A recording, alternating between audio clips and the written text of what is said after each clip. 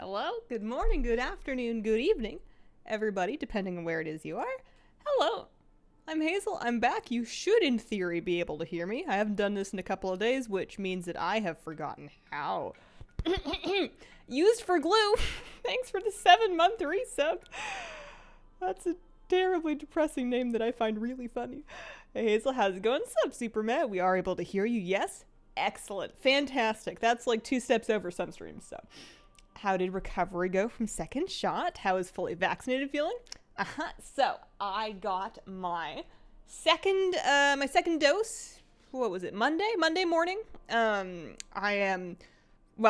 fully vaccinated. It'll another 2 weeks before it officially kicks in all the way, but fine. Yeah. I mean, I had some side effects. I think that's fairly expected for the second dose. Sore arm, which is pretty normal. I managed to escape the chills or fever or anything like that, and I slept okay. I did have a heck of a headache and like congestion and body aches, so it just basically felt like having a cold, but for like 24 hours and then it was over. And you know, for me, when I get a cold, the worst thing about it is knowing that this is your life indefinitely. So knowing that it was going to be over soon definitely helped. And I basically just spent about 12 hours playing Stardew Valley, and it was glorious. Seal of approval, thank you for the 2-month resub, and Blinko with a brand new sub. Welcome to the Squirrel Squad. You look good. It would have to be a real wild side effect for you to be able to see it.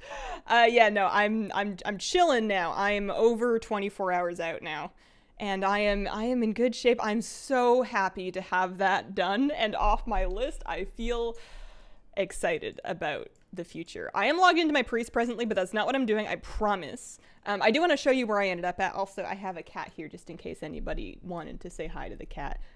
There's a cat cam that is focused on nothing right now. I have a feeling it's a pretty warm day. I almost wore sweatpants and I was like, oh, it's 76 in here. Maybe I put on shorts. And I figured that based on the heat of the day, she may eventually get off of my lap and then want to be on that section of the floor where there's no bed reflecting back at her. Decided he didn't like the curls. I mean, Monday's my hair wash day, and I didn't want to do it again this time anyways. I figured I wanted to change. Can't help but notice the curls are gone. It's not like I put them in, I just didn't let them happen. I decided to blow my hair out straight this week. Ninja on point, thanks for the 5-month resub. Had the same feeling of relief after I got my second shot.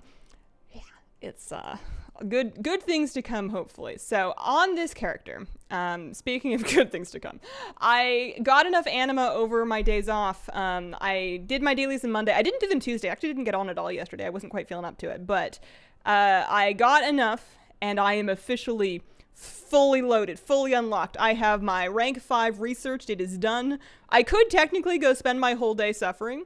However, I read a comment on Wowhead that was genius.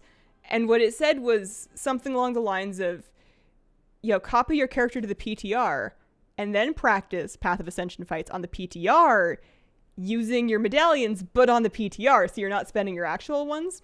And none of this would be necessary if they just gave it a practice mode or something, or, just took medallions of service and tossed them into the abyss. But failing that, I'm going to do that instead. I'm not doing that right now, though, because I have had 2 days off, and I think we all deserve a chatty alt-leveling stream. So I am logging off. I guess I should send out some missions on my alts. I've been not actively farming pet charms, but I figure at the very least I should log into my 60s and send out their missions. And if there is a pet charm mission, I'll send it. And if there's not a pet charm mission, I'll send some little baby anima ones, stuff like that. Genius. Cheating? I don't know about cheating. Pet charms, yeah, Becano Mage needs your love. That's the plan for today. That is on the agenda. That's in the title. It's happening. I leveled her. Did I level her while I was gone? Maybe a tiny bit. The reason I have her parked... Ooh, well, it's 12 pet charms, but I will take it.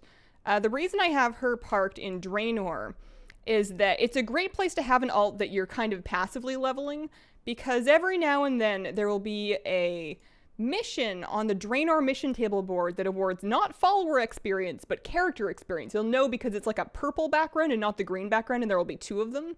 And you run those, and they're not a bad chunk of experience. It's not like faster leveling than doing other stuff. But if you're not going to play the character anyways, and you're just leaving it be for a bit, then you may as well just you may as well do that.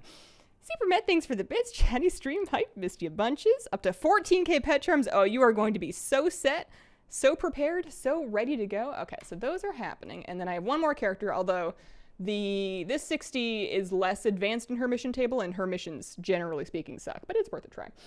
Legion table does the same. Oh. Yeah, but Legion table. I think the thing I like about the Draenor one is that the garrison resources auto-generate, so you don't have to play the character. You can just go pick up the auto-generated resources, just in the event that you didn't. I know that in Legion you can probably get your order resources fairly easily from leveling, but if you never did that and you don't have any, then eventually you will run out running them passively because they don't just donate them to you. 1, 2, 3, 4, 5. Assign. There's no pet charms here, so we just do the little baby animal ones because, you know, if they're not doing anything else, throw that out there.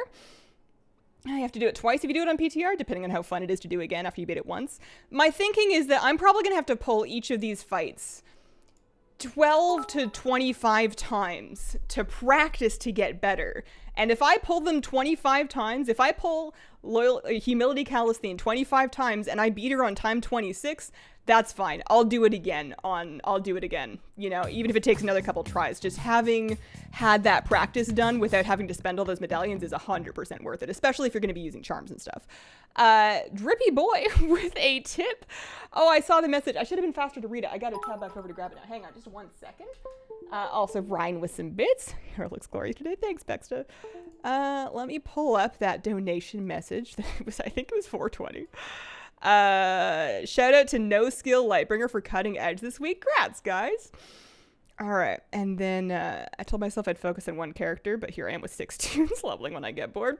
Listen, you like what you like, and if what you like is leveling alts, don't even worry about it. I let go of the expectation that I would play them when they were level 60. I just kind of level. I level for today, and then tomorrow brings whatever it will. Today, I'm leveling this one. We're level 33 so far. So glad to be fully vaxxed. Also super stoked for alt catch-up mechs in 9.1. What are we getting for alt catch-up mechs? Like, I know that there's some of the Moth stuff in Korthia is account-wide once you've unlocked it. Or rather, the Korthia unlocks are early. I might have missed something. I've been a little tuned out of WoW News for a day or two. I need to catch up.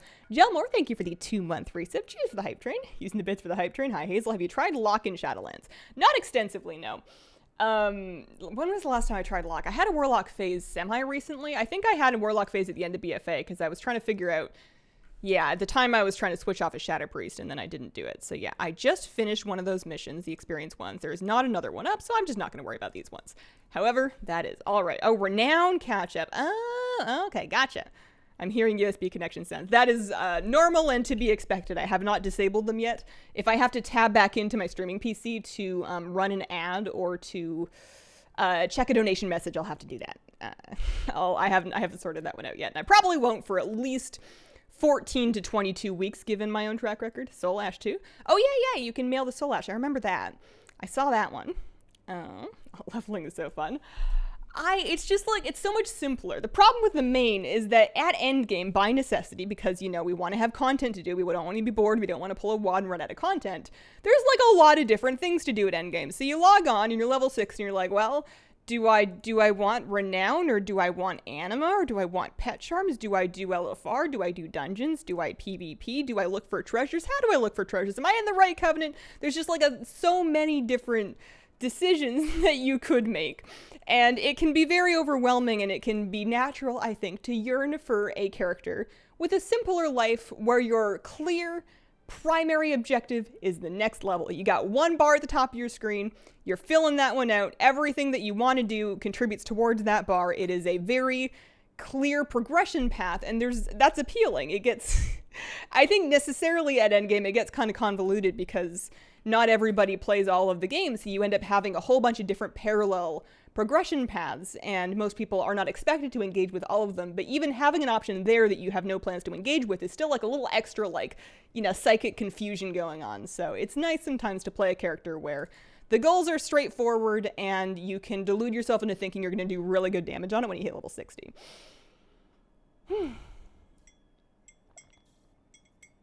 Seeing a flying mount is so strange now. It goes back and forth for me, which, I mean, to be expected. But, like, early in Shadowlands, I agree, because we don't have flying in Shadowlands yet, I've kind of forgotten what the flying mounts look like, particularly this, which is a Shadowlands flying mount. I haven't exactly spent a lot of time with it, but, like, towards the back half of BFA, I started to forget what all my ground mounts looked like. Like, I farmed that hyena, the dune scavenger from Vol'dun, and then I'm pretty sure I never rode the thing, because I already had flying by then. And yeah, you can use ground mounts in dungeons, in raids, but what I would usually do is once flying is unlocked, I will, generally speaking, prioritize riding mounts that do good at both. And by that I mean a flying mount that is not wildly large and that does not, that has feet that will run when it's on the ground. So, you know, hippogriffs are really good for that. As an example, the the courser mounts, the unicorns that can fly and then also run on the ground, are an example of a mount that I'll just kind of keep keybound all the time as soon as flying comes out, so that I don't have to worry about switching to a ground mount. Got AOTC recently, so I'm technically done. My brain decided that leveling is what I need to do. Yeah, I'm in the same place. I kind of like content drugs, to be honest with you. I know that it's upsetting that we don't have 9.1 yet, and I understand that, but I don't mind lulls like this because they kind of give me a good excuse to mess with the parts of the game that I'm usually too busy for, which would be like alt leveling and PvP and stuff, because usually, you know, I'm too busy trying to make sure that I'm getting enough done for the sake of raiding and for Keystone Master and, you know, videos and what have you, and then when nothing's going on, I'm like, ooh, Fire Mage time. Embreezed, thank you for the 10-month resub. Alt leveling has been my mood for the week. Thanks very much. Yeah, I'm, it's just a nice, relaxed vibe. Flying in Shadowlands is going to be life-changing. It's definitely a marker in time that I'm using as an excuse to procrastinate stuff, because in endgame Shadowlands stuff, there are many, many, many, many different mounts and pets and treasures and toys and stuff out in the zones that I have not gotten yet. And for a while, my excuse was, oh, I'm too busy. Oh, I'm raiding. Oh, I'm making videos. Oh, I'm making dinner. Oh, my thumb hurts. You know, like, whatever. The excuses, right? And my thumb's fine. And now I'm like, well, some of these will be easier if I have flying. And then if some of them will be easier if I have flying, then maybe I should just wait until I have flying to do any of them, so I don't start doing one and then discover midway through that I'm just going to wait until I have flying. There's nothing worse than starting something and then realizing halfway through that you're going to leave until later. I mean, there's many worse things, but that's how my brain works. Have you been doing Anima World Quest since hitting 5 in your POA? No, but mostly just because yesterday I was off the computer entirely, and then today, this is the first time I've logged on, and I decided to I thought about doing another World Quest stream. Deeply, strongly considered it, but I have done so many of those over the last couple of weeks, I figured I would give it a little bit of a break. I had a lot of fun leveling this alt on stream the other day, and it seems like a good thing to do today. Razor Claw, thanks for the 2-month in advance 6-month reset. Cheers. Wow, it's perfect for me because it's like 8 games in one and they're all done relatively well. That's how I use it for sure. There's very few things that I want for my gaming life that WoW does not do. Flying means I can avoid the spiders and the Banewood and Revendreth. Yeah, I'm looking forward to it for treasures. I'm looking forward to it for World Quests and alts, basically. There's an argument to be made that now that I have fully unlocked the Kyrian Covenant building, I should finish my Path of Ascension stuff, buy all my stuff, and then, like, maybe, you know, look into doing that on the other 3 covenants, because there's a lot of collectibles that I want from there. What am I doing? Do I want to do this? It's 20 orcs. I've kind of run out of good quests over here, but for whatever reason, I'm not in the mood to move. I'm level 34. I don't like Gorgrond. You know what? I don't like Gorgrond. It's too brown. Yeah, that's my reason. This zone is blue and green. I like those colors better, so I'm leveling here. I'm a real gamer. I can make choices for any reason I want. That is very dumb. Ooh, I unlocked invisibility. Fun. Playing Final Fantasy XIV a bit. Have a level 30. Professions are so much more tedious and in-depth, but I kind of like it. Yeah, I think WoW professions definitely are far from the best example in an MMO. Salt is officially higher than the Dark Iron Dwarf. It is. Redoing add-ons, pet add-on that shows pet gold values. I don't have that. Other people have that. I don't have that. I only get pet gold values if they're in my bag. Somebody told me about it the other day, and then I promptly forgot, which sounds right. Let's do, oh. No, I'm leaving. Let's go do, Spires of Iraq? Or Talador? Or Nagrand? Let's go do Spires. I'm remembering that after you do these quests, you do one with Rel where you're like sneaking through planting bombs, and I'm just not here for it. We're just abandoning all of the Shadowmoon Valley quests. I'm just manually flying elsewhere. I'm not going to Gorgrond. Oh, we'll do Spires of Iraq. I like this one. If you make it far enough to unlock your trading post, you can get 20% extra experience in the zone. And because of that, I've spent enough time doing these quests that I am passingly familiar with them. Rihanna, thanks for the brand new sub. Welcome to the Squirrel Squad. Do you talk in your Discord channel? No, never. The camera is very close. What camera is close? This? There you go.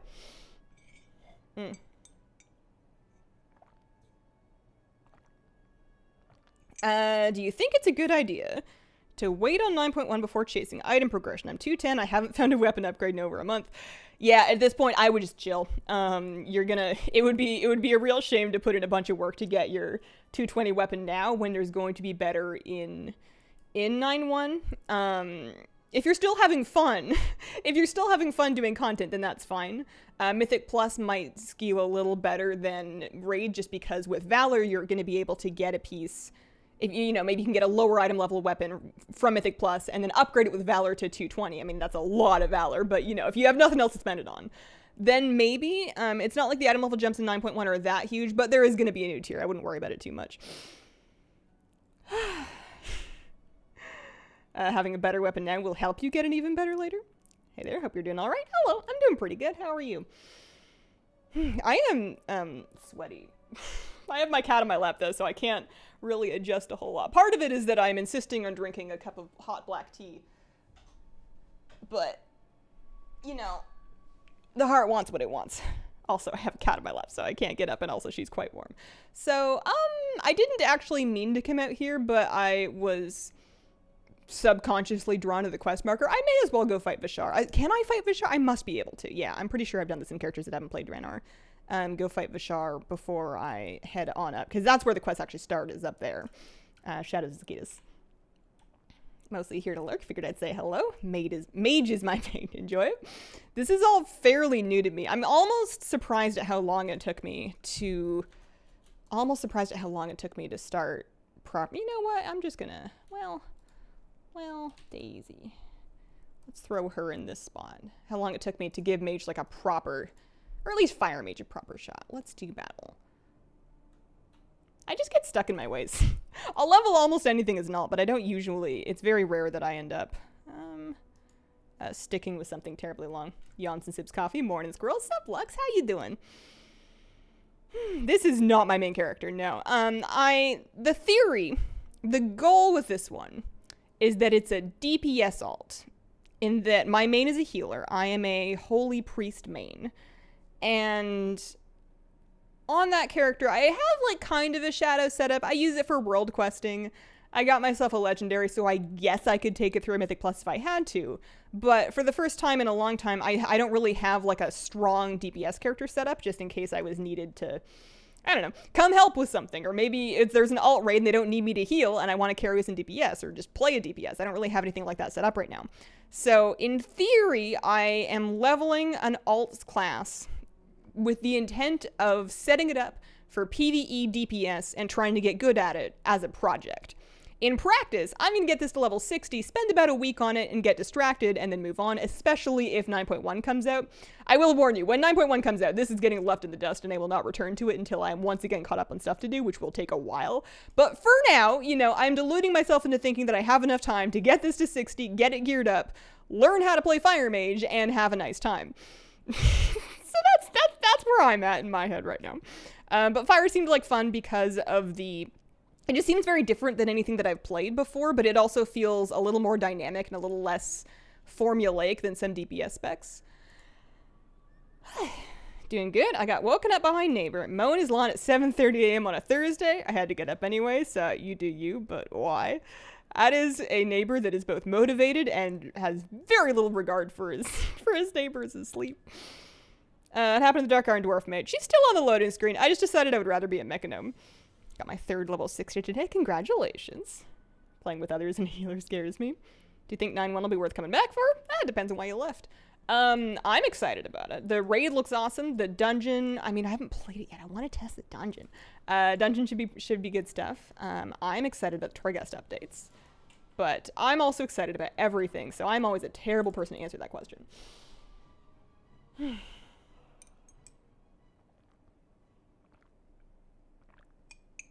Yeah, favorite mount depends on the mood.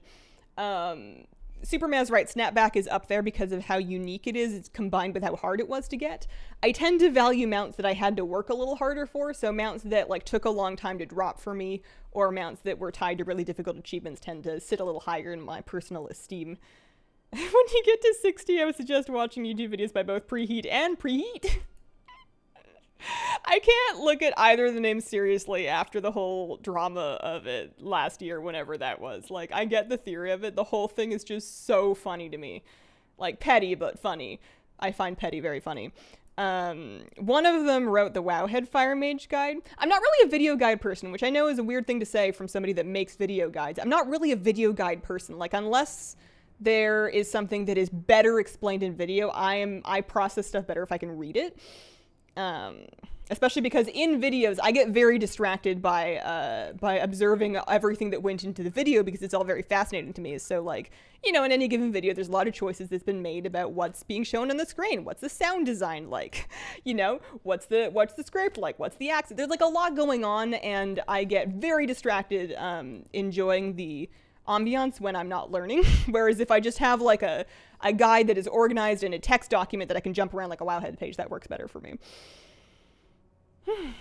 I was surprised. I thought I would hate Torghast, and honestly, it kind of slaps. That's where I'm at, although I did hate Torghast at first until I gave it the time that it deserved. But my current thinking is that how much you like Torghast is going to be very much vitally dependent on what you play.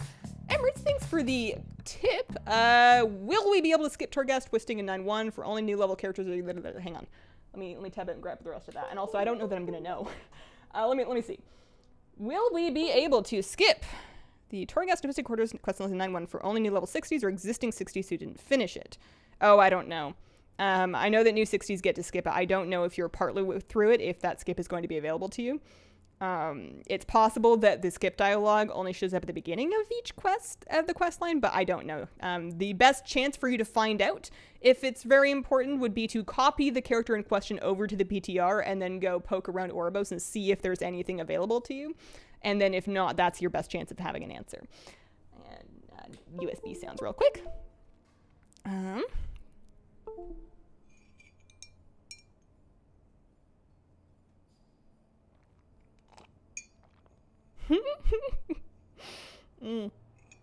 I like Torghast as a warlock. I hate it as a shaman. Yeah, my favorite, I mean, I've only done it on 2 specs. I have done Torghast as a druid and as a priest. And I adore Torghast as a holy priest, and I despise it as any kind of druid.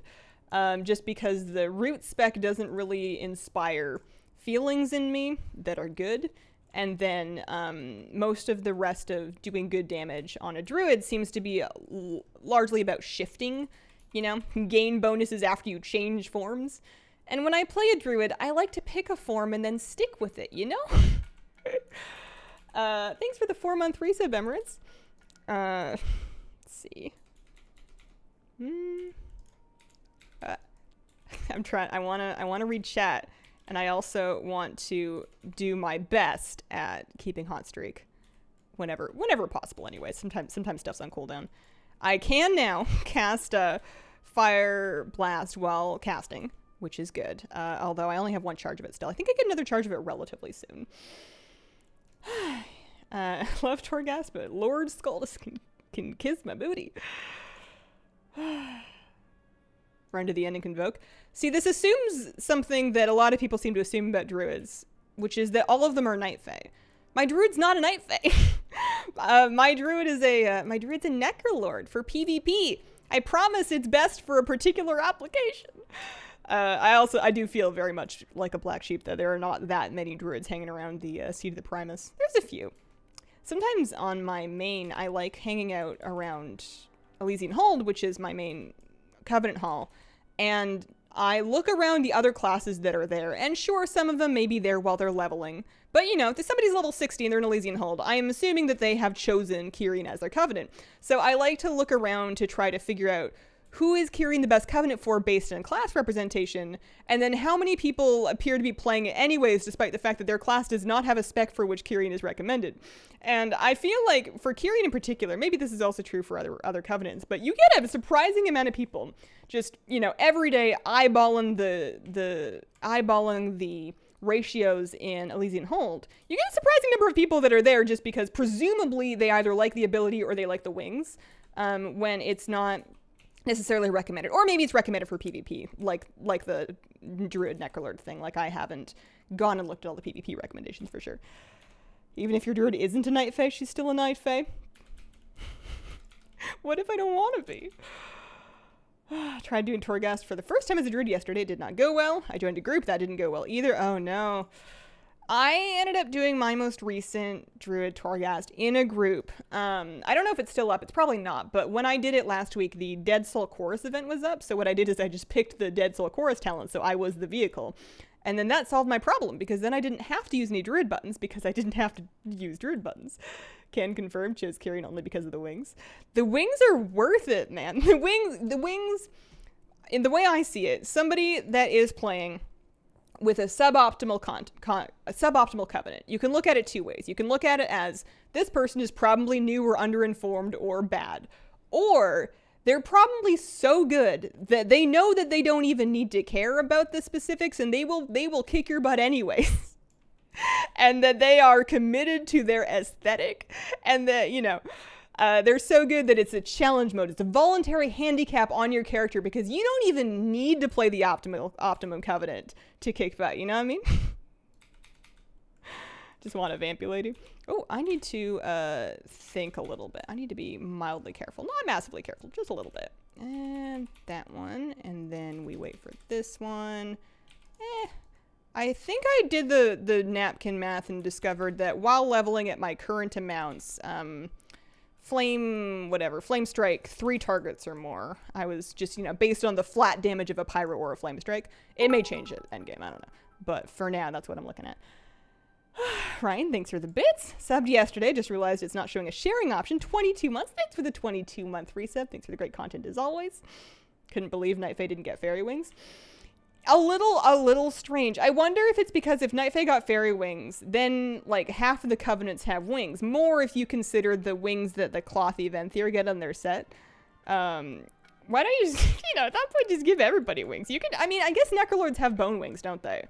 You never see them because they're not donated to you like Kyrian wings are.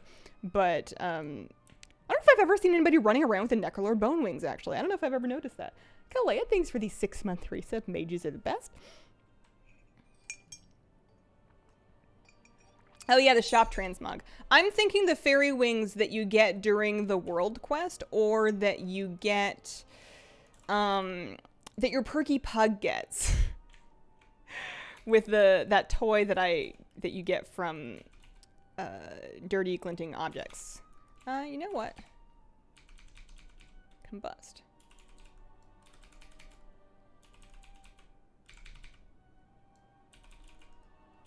I wonder if I should hold on to my Fire Blast during Combust, because they will work outside of Combust anyways. That sounds true. And Combust isn't very long, so I feel like you want to really use your globals properly. I want the Quiverback transmog from 9.1. I am curious to see how that whole Sylvanas legendary bow situation pans out, because I feel like they will not make everybody happy. Either they make it relatively easy to get and people are mad that it's not unique, or they make it really hard to get and people are mad that they can't get it. You cannot win with that one. But I think it looked cool. I think it looks cool. I am glad they're doing it. That's the sentence I was trying to say. I'm a little too excited. I stored up 2 days worth of streaming energy, and it's like tripping over itself to come out of my face at once. Yeah, so I'll show you the Perky Pug thing that I'm talking about. Oh no, I can't. I don't have it on me right now. They're the little blue sparkly ones. They're blue, if that makes sense. They sort of do on the cloth set. Okay. I put my shop wings from the 6-month sub on. Haven't taken them off since. Fair. We have the blades that kind of look like wings. Cloth Venthyr gets wings in the shoulders. I wonder if WoW ever made everybody happy. Everybody? I mean, it's too big, you know. Anything that appeals to 5 or more people will never hit 5 for 5 for the most part, right? So I think it's just too big to have ever made literally everybody happy. There's probably some features that were like universally enjoyed, but a lot of features that seem universally enjoyed at the time did not go over as well. Case in point, the Mage Tower. People now love the Mage Tower. In hindsight, Mage Tower is the best thing they ever did, and one of the most commonly asked questions at Q&As and stuff is, how come there's not more of it? Where is more? Why is there no more yet? Give more, please. People adore Mage Tower now. At the time, you pull up some forum threads about the Mage Tower at the time. It was criticized as elitist. It was called impossible. It was called unfair because of how reliant it was on Legion legendaries that were extremely RNG. People were not having it. I mean, many people were and they were enjoying it, but there was a relatively strong subset of people at the time that were not on board because of how difficult it was, mostly at launch. I think by the time the Mage Tower was almost over, we had gotten enough gear to the point that most people that put in some time could get to a point where they had it on at least their main, if not their alts. So that one kind of solved itself over time. But when it was launched, it was not a 100% winner. People rage when it was current. Yeah. I think that Torghast is one of those things that's going to be looked on more favorably after it's over. Betcha, I mean, it depends on what they do after. Like, if they take that roguelike gameplay that they started with Torghast and they do a cooler, better version later, or a cooler, worse version, you know, whatever it may be, then I don't know if we'll worry about it too much. But if this is the only time they ever try anything like that, I think that Torghast is something that will absolutely be looked on favorably later on because of how crazy the stories are that it generates. Like, you know, as a whole, maybe you're not thrilled about having to do it for your Soul Ash, but there's enough instances of, man, I got these crazy power combos and I was one-shotting bosses. I was doing X million damage per second. I got this crazy thing where all I did was stealth and blind people and then they spontaneously combusted. I don't know what rogues do, nothing theoretically, but you know what I mean, right? Like, there's enough weird, wacky possibilities that it enables to make it fun and memorable. It wasn't boring. It was a lot of things, and it is a lot of things, but it's not boring on the whole, and I think that's something that people may look on more favorably once it's over.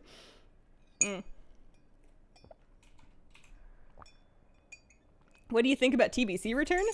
I think that there's a lot of people that have been waiting for it for a long time, and I'm very happy for them.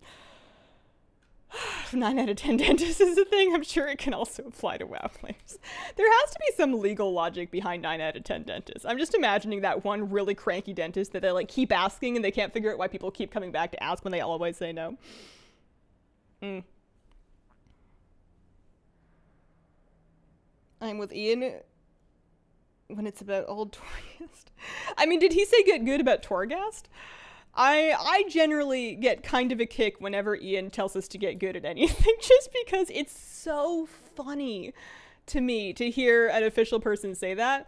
And it's kind of refreshing when a lot of, you know, companies never want to say that. So if it turns out that it's the truth, or even if it's not, like, if he's wrong, then he's wrong, and that's fine because it's not me taking the fall for it. But I get a gigantic kick whenever he does that. It's just so beautiful because there's nothing better than Ian saying some stuff and then just like the forum meltdown afterwards. Yeah, the Get Good, from what I understand, was about, or at least the most recent one, from what I understood, and I didn't watch the interview verbatim, so I might be misunderstanding, but was about performance disparities in item level gaps and how somebody with 10 more item levels might perform 30, 40, 50% better, and he said, no, 10% should still be 10%, you should be better. Or the difference, frankly, comes down to skill, something along those lines. But, yeah, that one's up for debate still. I have no horse in that game. I can only ever comment on my own gameplay, and my own gameplay, generally speaking, needs to be better overall. Needs a strong word. I would like to be better most of the time. I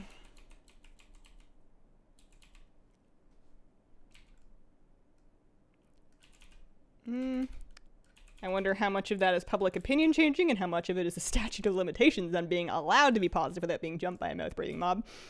Yeah, I think that phenomenon, the being shouted down for having a positive opinion about the thing, depends very much about where you're expressing that positive opinion. Because right now, you have that kind of a situation with Shadowlands. There's a lot of people that do not want to hear, I'm hardcasting Pirates and I should not be. There's a lot of people that don't want to hear a good word about Shadowlands right now.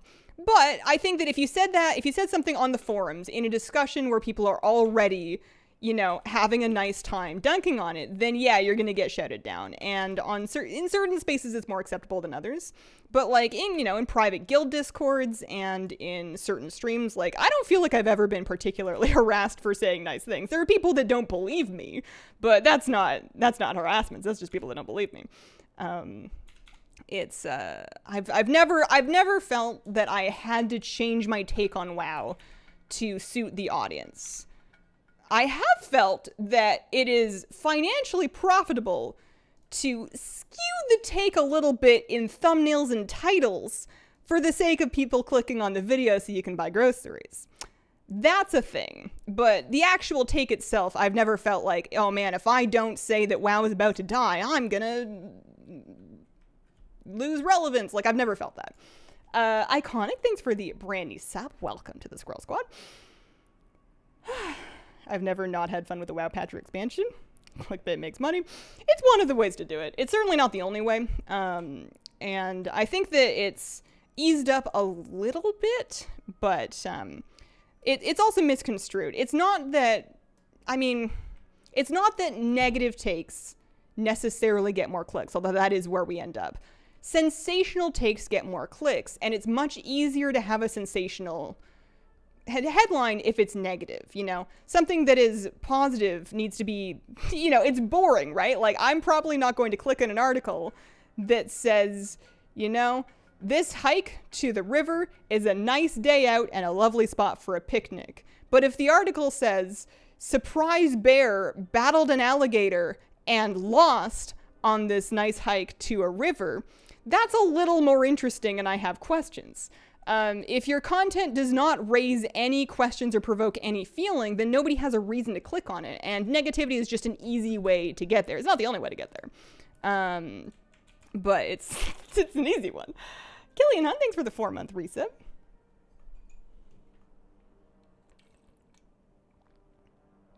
Respect the hustle. I don't feel any compunctions about it anymore. I feel like to me, clickbait, as in the bad version, is when you've lied. Like when you said that your video contained,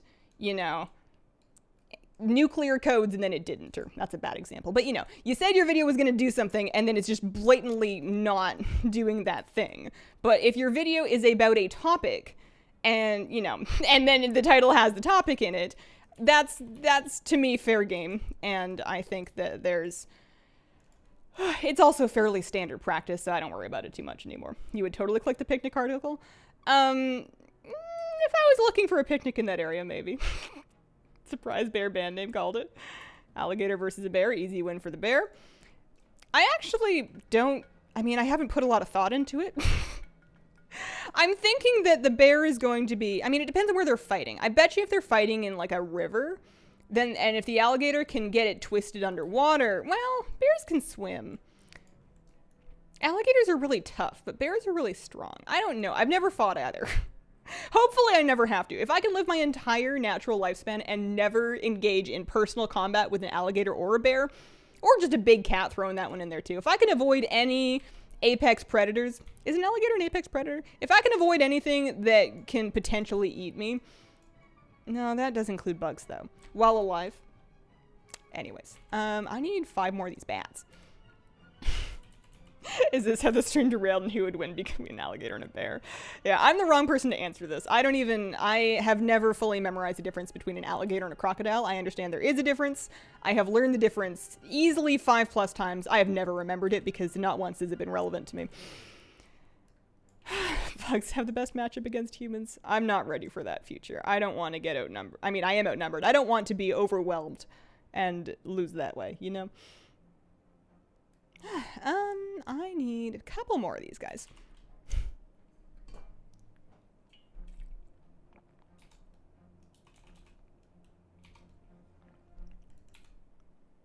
It's all in the snout.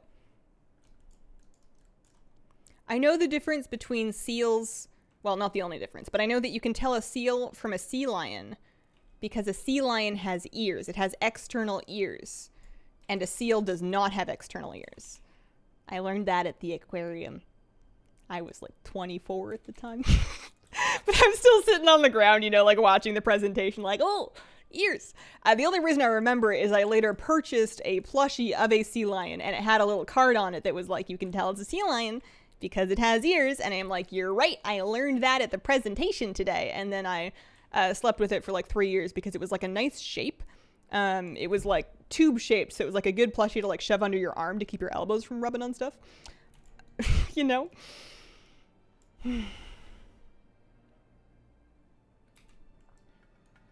Wendy, thanks for the 19-month resub. 19 months sure feels like just yesterday. I wonder if what it would be like to just kind of teleport back to, you know, the last like 20 months to 2 years ago. And I'm curious how the stream has changed, or if the stream has changed, because I feel like I've been doing the same thing for like a while. I don't feel like I've really switched up my strategy or anything. So the only changing force would be if my personality adjusted at all. And I know I'm very different now than I was like 8 years ago, but I'm curious if that change is noticeable on a more micro level. I would guess I would have to dig up a VOD and watch it. Do you sleep a lot? Every day. Every single day. I got rid of it last year. Did I? I think I might have actually. Yeah, I think I might have donated it when I was donating things when I was moving. I don't think I brought it with me to this place. It did have lovely ears, but it had taught me the lesson that it came into my life to teach me, and I no longer had a direct need of it. A little bit, very little changes. This is a blue puzzle. Veil Tarak. Okay.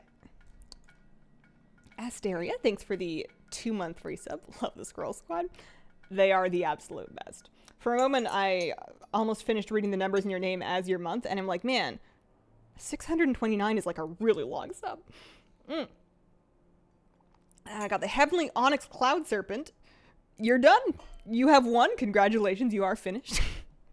Please turn in your WoW account at the door, and you are able to exit now to the rest of life. Yeah, no, it's one of the worst ones to farm. The drop rate's gross. The drop rate may or may not be one of the worst drop rates, but because it is a once a week lockout that has a variable spawn time, or not variable, but it has a spawn you have to camp. It's not even like always up the same way that an instance farm mount is. It is officially on my never mind list. None of my tattoos are WoW related, no.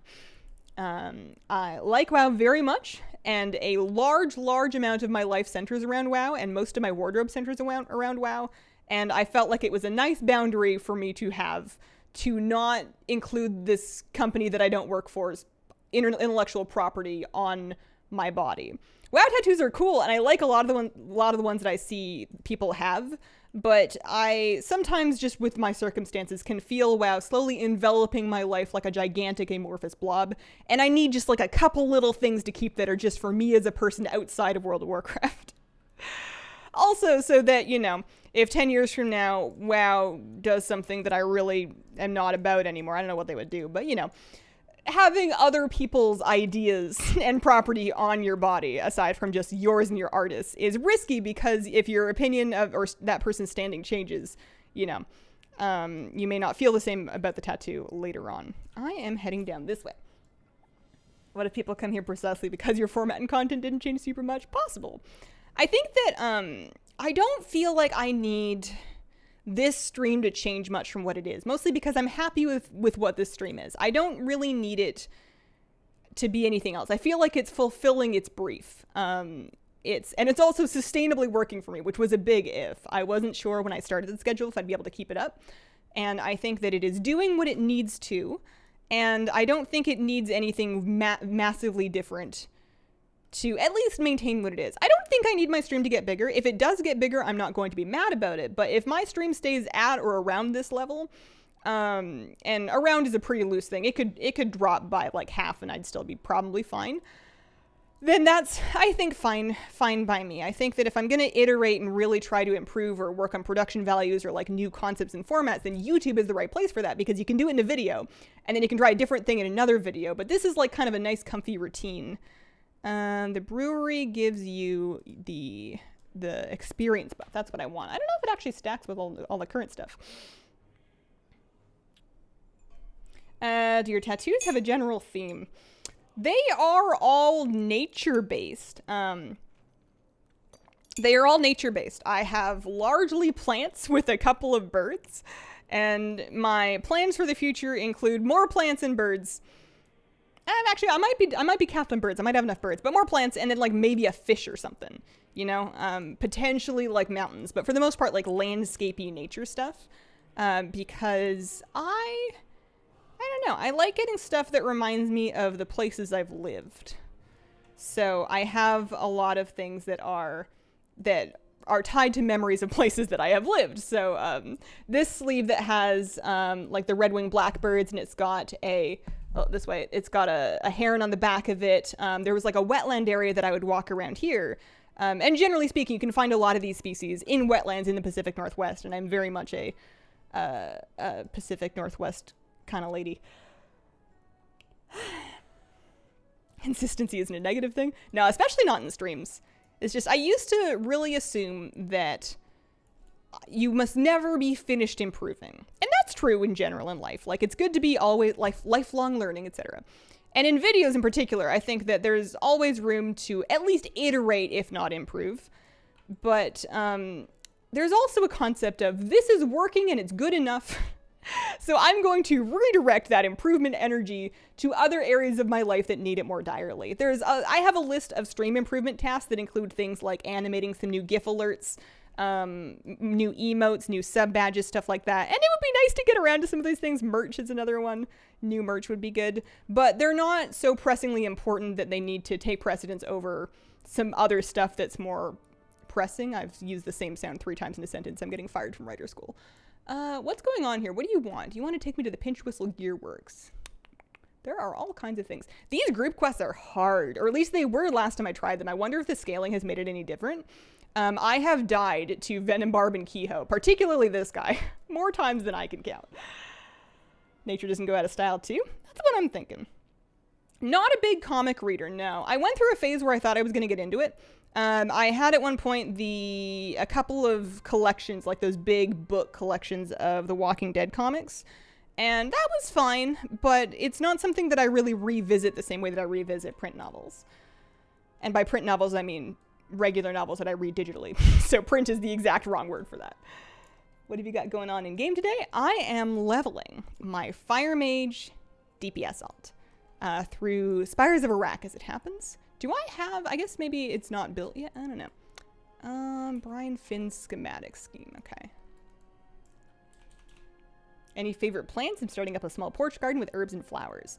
If I'm growing stuff, I always do, assuming that I can get enough sunshine, a basil plant, because they're very easy and they're very delicious. And it just feels like if I have the sun anyways, it feels like a waste to not grow basil, because all you really got to do, in my experience, if they have enough sunshine, is just water it and then eat it. And I can handle that. So I almost always do basil. Aside from that, I've started kind of picking annuals. I guess favorite plants. Houseplant wise, I like jade a lot as a succulent. Do I have one right now? I don't think I have a little one I have a little one. I didn't keep my big ones. But again, one day I'll do it again. Scaling is weird in Chromie time. I've gotten my butt kicked. It's definitely not as favorable as it used to be. Once upon a time with heirlooms, you were able to really crush through and overpower basically anything. And those group quests were unusual because of how tough they were. But now your heirlooms are nice in that they're keeping your gear caught up, but when compared to gear of roughly equivalent item level, they're not exactly better. They just automatically scale with you, so you don't have to worry so much. That's not the mob I need to kill. You don't have to worry so much about replacing your gear. Basil yum grows like a weed, pretty much. Mint does the same thing. So I know a lot of people like to keep mint plants because they're very easy to grow and they're very prolific and you can make really nice tea. But I've never done that just because mint tea is okay. I'll have a pot of mint tea maybe once a week, usually in the evening. But I have this like 2-pound gigantic bag of mint tea that's dry, and that works for me just fine. I don't need to mess with the fresh stuff. It's not that important to me.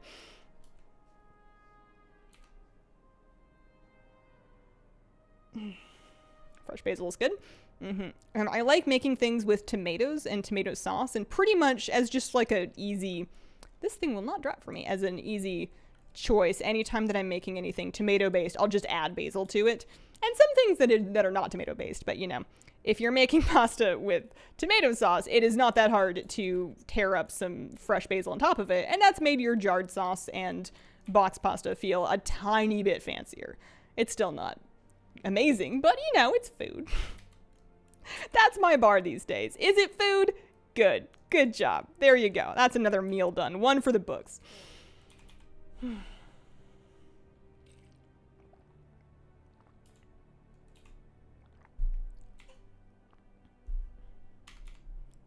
Talking about Chromie time, have you read the news about Chromie? I have not read the news about Chromie. What kind of news? I mean, maybe it's spoilery. Don't put it in chat if it's a spoiler. What did I used to do before streaming? So I've been full-time content for a long time. I was full-time content well before I made any money, just through circumstances. I didn't have a work visa for a while, so I was working on content before I was allowed to work, and then I only monetized it once it came through. But before that, sort of 2012 through 11 through 14-ish, I worked off and on retail. I had a sales job selling commission sales, selling computers and computer parts and tablets and stuff. It was like a Best Buy sort of situation. It wasn't Best Buy, but close enough.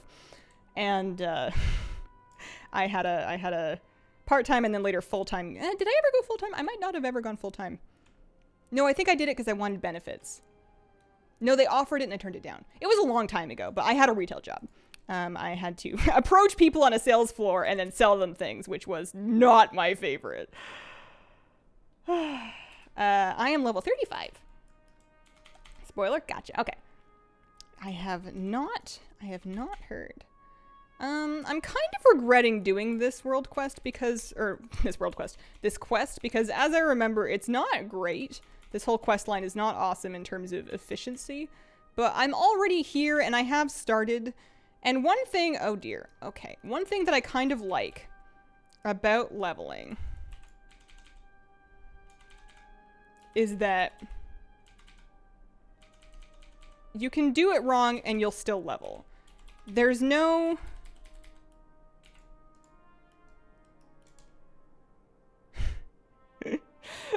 I mean, if you do it really wrong, you'll die. There's nobody that's gonna log in and kick you from the zone and make you go, you know, lay bricks because you leveled wrong, that you did it the wrong place, the wrong quest. You might, like, the worst thing that's gonna happen is that you're gonna do it slower. And assuming that you're fine with that, and if you like leveling, then you probably are, then the world's your oyster and you can do whatever you want. So if I am lost, I'm in a place that's, like, not that efficient quest-wise, you know, it's still an adventure. I'm still figuring out how to not die to pulls and, you know, where the quest line is. And even if I'm killing the wrong mob, trying to figure out who I'm going to kill, every wrong mob that you kill and every herb that you pick is, and every, like, new area that you join is some amount of experience. And eventually you do get there. Like, you can do nothing but kill the wrong mob and eventually you'll level to 60. It'll take you ages, but, you know, standard's not that high. I like that. Dak, thank you for the 2-month resub. Clutch Mage Place. Why, thank you. Yeah, almost anything would be faster 10 to 50 than what I'm doing right now. My current spec and my choice of leveling zone. And that's part of what I like about leveling, is that it's okay anyway. How do you feel about being a girl streaming in the current climate? Was it hard to start? I think it's changed over time. So I have been an adult for my entire streaming career, which I think has helped. I did not start when I was a child. I was a woman when I started, and I continue to be a woman now. I started at what, like 21, 20-ish? I was 20-ish when I got going. And just part of that was, part of it was having the mental space to kind of separate what people would say to me from my own sense of self-worth, because necessarily online, and this will happen regardless of, you know, whether you're female or whatever, it may happen more if you are a member of a minority, but you know, people will say things online, and depending on how you present, you may get more or less of that. Going into it, I'm glad I went into it as an adult. I really feel for kids that are getting kind of successful, or like, you know, growing up with social media now when you're really young and you haven't really had the time for your brain to separate out how, you know, everything feels like the end of the world when you're 15. And I'm glad that I was old enough to separate it out a little bit. I would also say that gaming in WoW has gotten, it's not perfect, but it's definitely gotten better for me in my own personal experience. I can't speak to anybody else's experience, but for me, being female online in 2021 is a lot nicer than being female online in 2013 was. 13, 14, 15, 16-ish, you would get just a lot of random, you know, comments and slurs and messages, and the private side of it is kept up. People will still send you private messages that are uncomfortable, and that's just a fact of being online. But publicly, like nowadays, if I join a random WoW, and this isn't even a streaming thing, but if I join a random arena pug in WoW, and I get into voice, it is far less likely that somebody says something or makes some kind of uncomfortable joke. Like back in 2015 when I was pugging a lot, I would say half or more, maybe that's exaggerating, but at least 1 in 3 groups would say something. If you got into voice, you know, some token of surprise or some kind of a sandwich joke, or there was one really memorable one that I can't even tell you guys because I don't want it getting taken out of context because it was awful, but it was so funny. It was insinuating that, of course, I was a good healer because, you know, all of the female and LGBT people are great healers, which is a stereotype, and also they did not use those words. But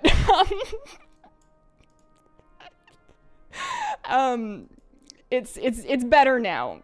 Not perfect, but it is improved. People, I think, are online coming around to the notion that women are people, and I appreciate that.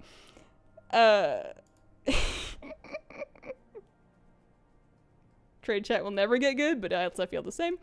Yeah, I don't think everything's perfect, and I think that the world that I encounter is going to be very different than the world that other people will. I have a lot of privilege that I have a lot of privilege that benefits me. But it's improved, and that's nice. It's nice that something has gotten better, you know? If it ever feels like if it ever feels like it's all for nothing, it's not. What am I doing? I'm upstairs. I am Alice Finn's Mind Freed. I need to read this quest. What do you want? Gather spectral essences, which I've done. Use them to convince Alice Finn of her fate. She's the innkeeper. So I'm here to tell some poor lady that she's dead. That's a great day for her. Is she in the kitchen / tar, Alice? Oh, actually, here, let's throw a marker on her.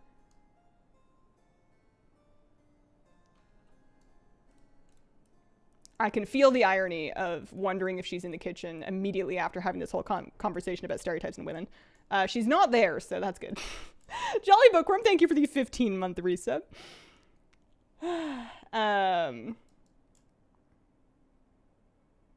How come souls are allowed to linger on their world? You know, a good question. I feel like there's got to be some Shadowlands questionability. I have a target on her, / tar Alice. Am I dumb? I mean, that's a separate issue. She's inside.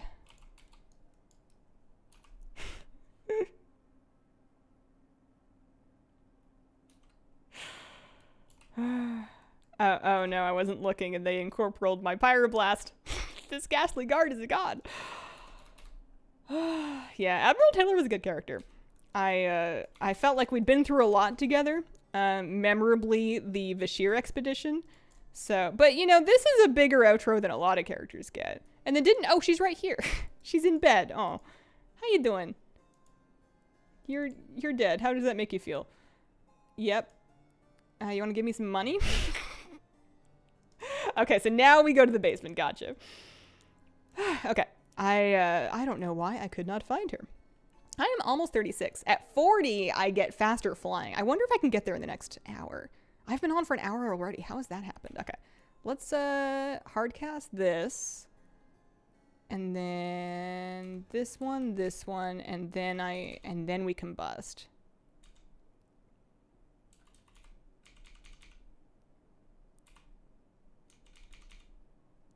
Probably should have barriered so that I was getting less spell pushback during my combust.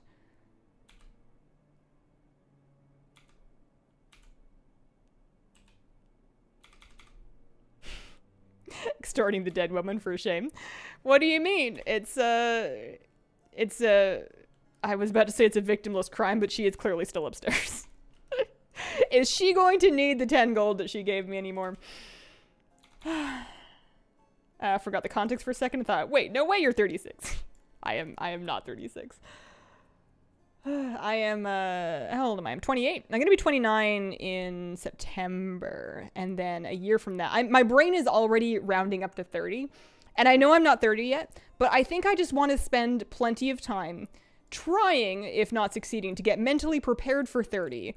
Because, you know, in movies and television, I've seen enough, mostly television, movies don't really care that much.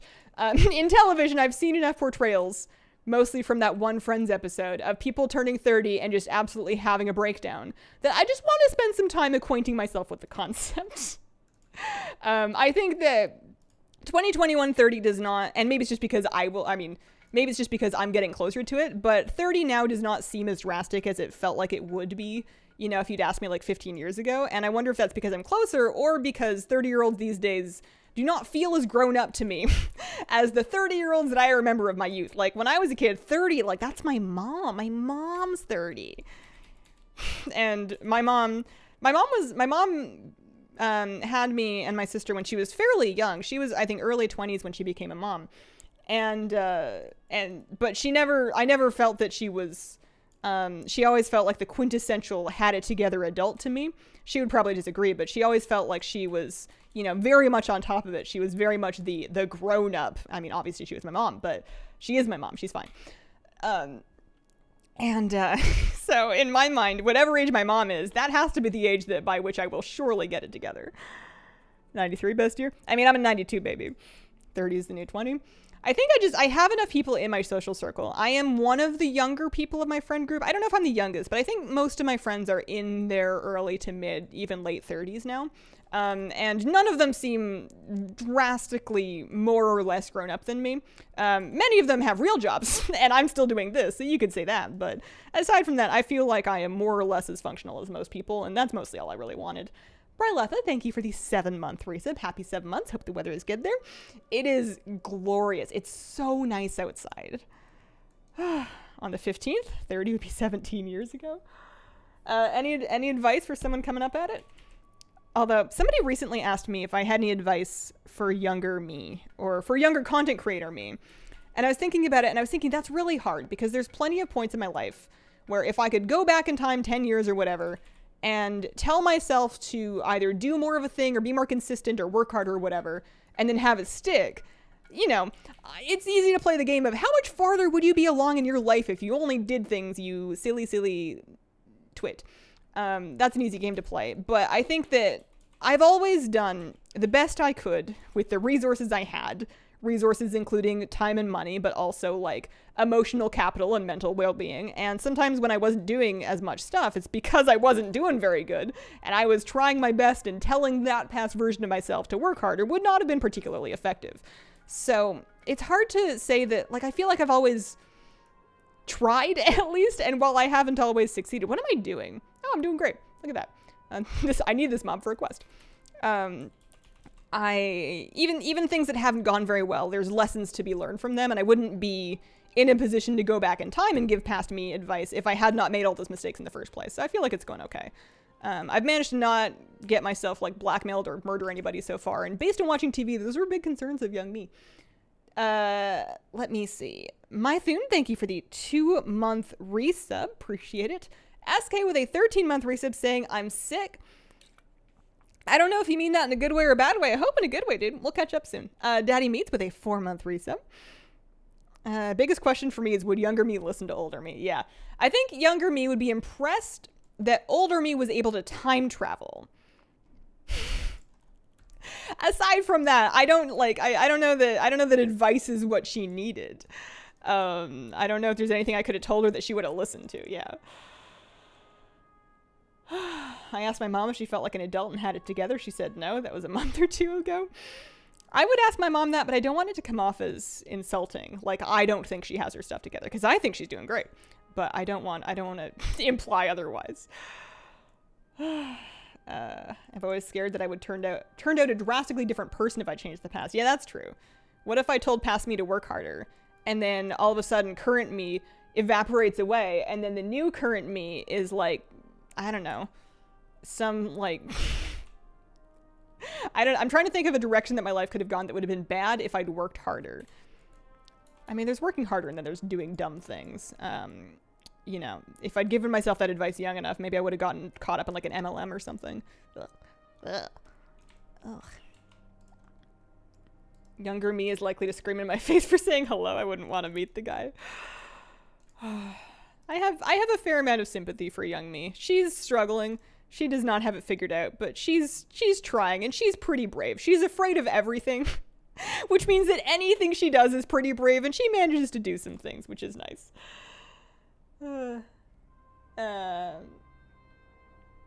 Working hard or hardly working, CEO of Nutty Games Enterprise? Uh-huh. Yeah, I guess that's the real evil ending. Not that you joined an MLM, but you started one. I want to go back in time as a younger me and relive my life knowing the things I know now. I feel like that's a fairly common desire, to have like that new game plus of getting to do everything again, but with the benefit of hindsight.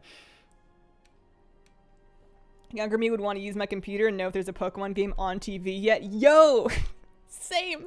That news would be enough to carry young me through the next like 15 years. Like, she will put up with dropping out of school, although I might tell her to not worry about going to school. You know, you say you learn everything from mistakes, and I'm sure I learned something from that mistake, but that was an expensive 6-month mistake. You could have just skipped that and taken a gap year. Gap years are okay. But yeah, the idea that there would eventually be a full Pokemon RPG available to play from the couch on the television would have really carried me through, which is surprising because it's not like I spent that much time with it when it finally came around. I played it for sure, but I didn't, I'm no longer, I think I discovered WoW, and that took care of my desire to play 12 hours of Pokemon a day. I got a tip and I need to double check the message and the name from it. Let me just finish this quest and I'll tab over. New game plus, yes please. Sometimes in my mind, when I'm mentally planning and considering my move back to Canada, it sort of feels like I'm doing a new game plus version of it, because when I left, I did not have a driver's license and I was leaving a job that was not a job with a future. And so I was, you know, effectively not quite unemployed, but pretty close to unemployed. And I didn't have a degree and I couldn't drive and I was afraid of my own shadow. And it's not like, I mean, I'm still the same person, but the progress that I've made just with my anxiety, I think over the last 10 years means that, you know, I feel like I have more opportunities. Plus, you know, the idea of having a job I can take with me and then being able to like pay rent and stuff, pretty big deal. Pretty big deal. Gap year is okay. I wish I knew it. I was always afraid to waste time. Yeah, I figured if I didn't go when everybody else was going, I would fall behind and I would waste time. And I thought that being 1 year older in university would make me too old. So dumb. Ow. And I could have saved a lot of time if I had taken a year, not even traveled. You know, that's the whole thing, is take a gap year and travel. And I didn't have the money to travel. Take a gap year and get a job, you know, just work and pay rent for a year and think about what you want. You know, you don't have to have it figured out, and you don't even have to have it figured out when you eventually go to school. But I definitely rushed into something that was not a good call for me just because it felt like it was time. So hang on 1 second. Let me pull this up. We had a $3 tip from Anonymous. Tips for getting yourself out there as a new streamer. I just started. I learned quickly that you shouldn't mention your own stream in someone else's chat. Most Discords ban self-promo. How can I let people know I stream? Yeah, that's going to be a very common rule because to not advertise in other people's spaces. Getting a stream off the ground is very difficult relative to other forms of social media because Twitch doesn't really have great algorithmic promotion for new channels. Like, nobody's going to see you in their sidebar, they're suggested. And even if they do, a stream is not an inherently clickable form of media for somebody that's not familiar with you yet. So the advice I usually give for people trying to get streams off the ground is do something else too. If you are just streaming and you want to get a stream off the ground purely by streaming, you need to have stellar networking. And that's a good idea anyways, to figure out who are the other streamers in your category around your size and, talk to them and find out if they want to collaborate and do streams together and, support their streams and they support yours and you kind of learn and grow together.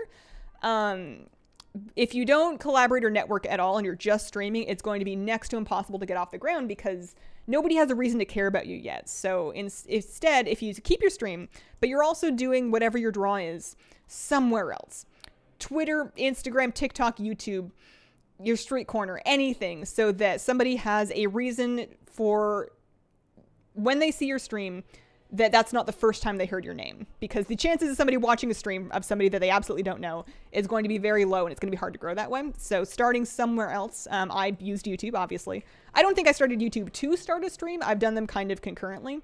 But in YouTube, it's also hard to get off the ground, but at least you can try to get yourself ranked in search, if not the sidebar. And that's how I really got started. Was I learned about search engine optimization and I brushed up on SEO, and I really, really focused on that for my first year and found a niche that I could, squeeze my foot in the door that way.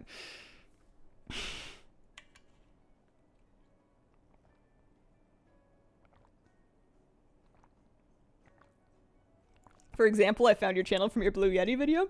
That's impressive to me because that's not because it's a WoW stream, because it's not a WoW video, but I do appreciate it from anywhere. Ever since I made that Blue Yeti video, I've been wanting to more regularly do videos like that because I liked doing it and it worked out. And it's just hard to make time for it when there's always something going on WoW. What am I doing? Okay, so that quest just wants me to take me to the Pinch Whistle Gearworks. I can go turn in these Veiled Tarok ones. Jack Stan, thanks very much for the gift subs. But yeah, self-promo is both frowned upon and against rules in most communities, including mine. But also, even if it's not going to get you very far because people are not there to find a new streamer. So they're most likely going to be annoyed by your message anyways. You were a wee lad when you made that video. I mean, the Blue Yeti, the original viral one, was only 2017. That was 4 years ago. I was halfway. At the time, I was already 4 years into content creation. I know it's not very shiny by today's standards, but yeah. USB sends keep fooling me. Yeah, I need to do something about that. Usually I don't get any tips, so I don't have to tab back over to check them. I could also, something else I could do to bypass that is if I had my tablet handy and I kept my Streamlabs dashboard pulled up on that, I might do that so I can just check it without needing to tab over. I found you from an old school pet tamer leveling videos. Wish I'd found you sooner. Those were the thing that I originally found traction with, because those were, they're for a specific quest, they're for a specific tamer. And at the time, people would really look for pet strategy videos. A little less so now because there's better fan sites now that handle that thing. But at the time, there would be somebody that would be Googling, how, Ashley 2 pet strategy. And if I had one and I could get it ranked for that, then that was something. And that's what you need, is you need an in. Widow wasps. Okay, let's do that. Oh, I should turn in this one. Yeah, I know I can mute system sounds. I don't really want to, because sometimes it's helpful. Sometimes it's telling me that something is disconnected that I did not want to disconnect, and that I should do something about it before I go and record an entire video with my microphone not working. I find I don't use them that often, but they clue me in often enough that I'm really leery about disabling them because they do serve a purpose for me.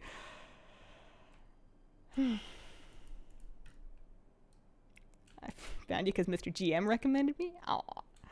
What a chill content creator. Came here because of pet strats. Watch the TSM one. I had no idea what you were talking about, but I was enjoying the vibe. How's Fire Mage treating you? I'm having a lot of fun with it. It doesn't start good. A lot of the things that make Fire Mage cool are not available immediately. But once you get to kind of 32-ish, you have like once you get to 15, you have the major pieces, and then, halfway through at 30-ish, you've got some more. And then you're in business. It's not the safest way to level, but it is still very fun. Oh, am I good? No. This is the original quest line where we got Icky from. Elixir of Shadows, sure thing. I watched the 8.3 gold guide first, and then the Canadian Butter Tarts baking stream. Kaboom, here we are. I wish you would bring back pet strategies. It's not that I'm against doing them, it's just that I expanded to enough other categories that are also time sensitive that by the time I get through like raid guides and new patch guides and patch summaries and mountain pet and stuff, by the time I get through them, it's usually late enough that it's not really timely anymore. And then also, WoW-Pet Guides does a much better job and is just a better resource than a video could be, because they can have 6 or 7 different strategies tabbed. They're rated. They have ratings. You can tell which ones people like. They have TD scripts. They have rematch strings, and you don't have to listen to me make puns. It just seems like a better format altogether and overall, which is a good excuse for me it's a good excuse for me to put off making the guides, especially because there's like a lot of them. And they come out at the same time as other content. So it's usually tough to make it a priority. I always say that if I ever got really caught up, I would do it, but I've just never reached that point. Trying to solo floor 8 with item level 180. Best of luck. Best of luck. I really hope it works out. No puns seems like a reason not to watch. Miss baking streams. I would be lying if I said I did. They fun things happened on baking streams, and they were nice because it was a place that I could spend time with you guys in just a different context, and it was good for chattiness. But it was such a nightmare in terms of time invested to make it all work, because it was a completely separate set of hardware. Because my kitchen is not at my desk. It was like an extra couple of hours every time. And then it was just like an extra you would lose a whole day every month, and they would do dramatically worse than the other streams. And I figured as long as it was a passion project, I could justify it. But it got to a point where I wasn't even enjoying it anymore. And I was starting to ask, why am I continuing to put time into something that is driving me nuts and costing and it's just kind of a time and a money sink. I'm not saying there was no value in them, but it was definitely kind of a relief to step away from those. And sometimes I like to look at what I'm currently doing just to make sure things continue to make sense. I go back and forth on, I'll hold that thought. Hang on. We had La Dos Equis with a 9-month resub and Thumjerix with a 5-month resub. Cheers. Thanks, guys. The WoW printed necessary buff. No, it's not. The sprinkle color was legendary. Oh, man. The other part of it is that I have limited patience when it actually comes to cooking and baking. And I don't know if I realized that before I started doing the streams. There is a certain amount of effort that I'll put into a project before I'm just tired and hungry and I just want to eat it and I have no patience left. And it's a type of content, but I would get real grumpy towards the end of some of them, and I would just start, the most... That hurt. That was way too hard. That hurt. I did something wrong. Talent points. I would be just haphazardly, angrily icing cupcakes or something. And they would look horrible, and it would be barely even funny because I was just mad. Reduces the cooldown? Yeah, give me some of that. Being a chef is like that, except you give it away after. Yeah, I've come to realize that I don't hate cooking, but I also don't want to spend a lot of time doing it. I mostly enjoy the thrill of having made something that I get to eat and then eating it. And the novelty of trying new things and then having them turn out, like the excitement of, tasting a thing that you made and finding out if it's gross or not. That's kind of fun still. But there's a limit to how much effort I'm willing to put in there.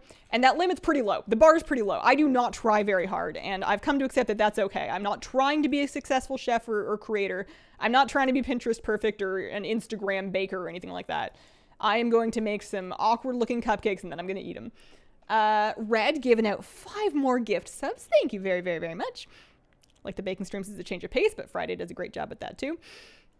Yeah. If it was like perma setup, then maybe, but also it begs the question of a perma setup would be kind of expensive, and then I have to ask, would I even, would it even be worthwhile without that? How's the second shot? Just got mine this morning. Only thing I noticed is the arm starting to get sore. Everybody's experience may be different. For me, I had sore arm the first day, and then I started to get kind of cold symptoms. So I had kind of a little bit of a headache, body aches, some congestion, and then I was just kind of achy and tired for a day.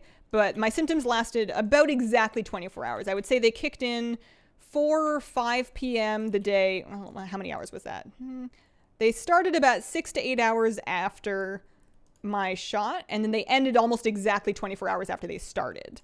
So it might get worse before it gets better, but for me it did not last very long. Of course, everybody's experience may be different, and it is still an exciting time anyways. I celebrated mine by playing an excessive amount of Stardew Valley.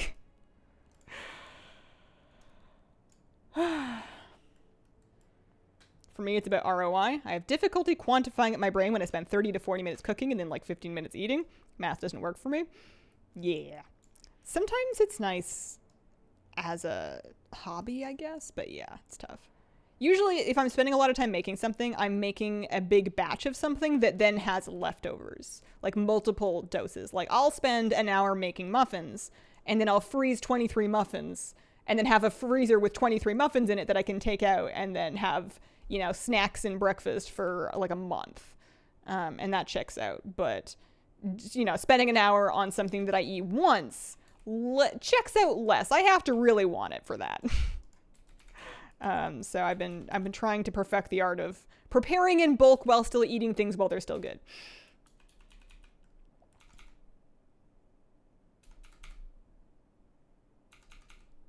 Yeah, I had the Pfizer. I am leveling a Mechanome Mage. I did get my rank 5 POA. I've decided that what I'm going to do, assuming that I can, is I'm going to, now that I have rank 5, I'm going to copy my main over to the PTR, and I'm going to spend some time, probably off stream, I'm going to spend some time on the PTR practicing the fights with PTR medallions of service. That's the plan, because right now I pulled 1 or 2 humility fights this morning, and what I need Master of the Path. This is required for me to get the transmog I want. So, and what I need for that is I need to beat every humility fight without any charms and without any braziers. So like a 10% handicap plus no charms. And for that, I'm going to need to be very, very good at those fights, which is going to take a lot of practice. And I just don't want to spend all my charms on that. Or all my medallions on that. How does that work on a 2-hour stream? How does what work on a 2-hour stream? Oh, the practice? Oh no, I read that in the wrong order. 500 IQ move. It's gonna crash horribly the second I try it, but it's a nice thought, because I would also settle for a practice mode, like a version of POA where you can pull any fight that you want, but you don't get any rewards for it, and it's just for practice, but it doesn't cost any medallions of service. And then I will accept the frustration of having won a fight and then had it not count, because if I won it once, then I can do it again. Maybe not my first try, but if I win it once, I can do it again. And it's just a matter of getting to that point. Oh, he was talking to me. Gotcha. It was licking buses. This must be a figure of speech. Best profession to make money. I don't know. I haven't been making money off professions in Shadowlands, I will admit. Some people are. Legendary items might be good. They will probably become good again, or have another spike, kind of, in 9.1 when the new legendary updates come out. That would not surprise me. But I usually do alchemy, but also lately I usually do nothing. I do world quests, and those give me reputation, and then I get paragon caches, and I do callings and world quests on alts. That's about it. Because I'm Kyrian, I can sell enchanting mats that I get from those supply bags that you get from Pelagos. That was a long sentence. Okay, how am I doing? Major Elixir of Shadows, you betcha. I kind of want to go fight Venonbar, but I know that maybe I could do it as Frost if I kite, but I don't want to learn Frost. I mean, I guess I can kind of kite. I have Frost Bolt. Venonbard's going to kill me. But like, I almost want to try. I'm level 37. Oh, I should take a real short break. I've been sitting here. Well, you know why? You know why I haven't gotten up yet? This is why. This right here is why I have not gotten up yet. Look at this muffin. I have a selfie that I took the other day, and I won't post it because it's me in bed without makeup, and that's awkward. But she's sleeping right here. She like got her head like right up under my chin and was cuddled like right on my face. Muffin, I thought you were gonna get up. It's very warm in here. It can be kind of tough sometimes being in shorts and having the cat in your lap because there might be like a little bit of a claw. But I did yours pretty recently. I think I missed one. Let me see this. Let me see.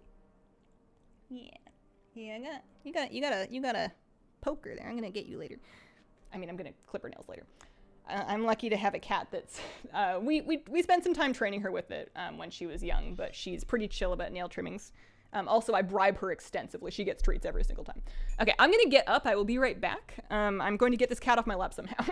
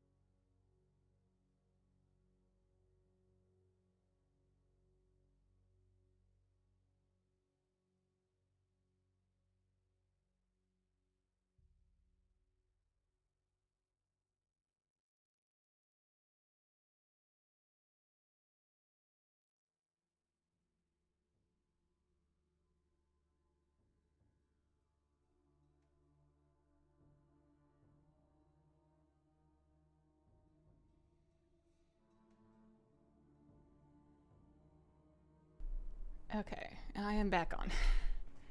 Oh no, hang on, one sec. The USB sound, sorry. I left my window cover in chat. Oh no, oh no, I have to do it 2 more times. It was fine, and then now it's not. There we go. There we go. You can't have just the chair. You cannot sit behind me. You must be on my lap or you must be elsewhere. Those are your options. I think I need to get these shorts tailored. That is... I was trying to think about, what do I want to do after my vaccine has been, charging for 2 weeks or whatever. And the only thing I could think of is I kind of want to go see a tailor. In things that are, safe enough with a mask, but kind of non-essential that I may as well wait on because they're not that important. I got these shorts and I like them, but they're like a hair big on me. But they're linen, so they're not stretchy. So maybe I should just leave them. But like if they could take them in just like a teeny tiny bit. And then I have a sundress that has straps that are too long and I want to fix them myself, but also I want someone to do it for me. So I found one that's not too far. So I'm probably going to do that in a couple weeks because I've never had clothes tailored. And as I understand it, it's not wildly expensive. And especially if you have something that's reasonably nice that just doesn't quite fit you. And if it's too big and not too small, it's not that tough for a tailor to just make some alterations. And I've heard good things about the whole process. I've just always been too shy to do it.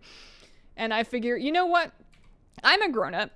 I can go be awkward in a tailor's office. I may make her uncomfortable, and I'm sure she has seen worse. That's the thing I tell myself whenever I'm worried about weirding out like a service employee or like a business owner or something.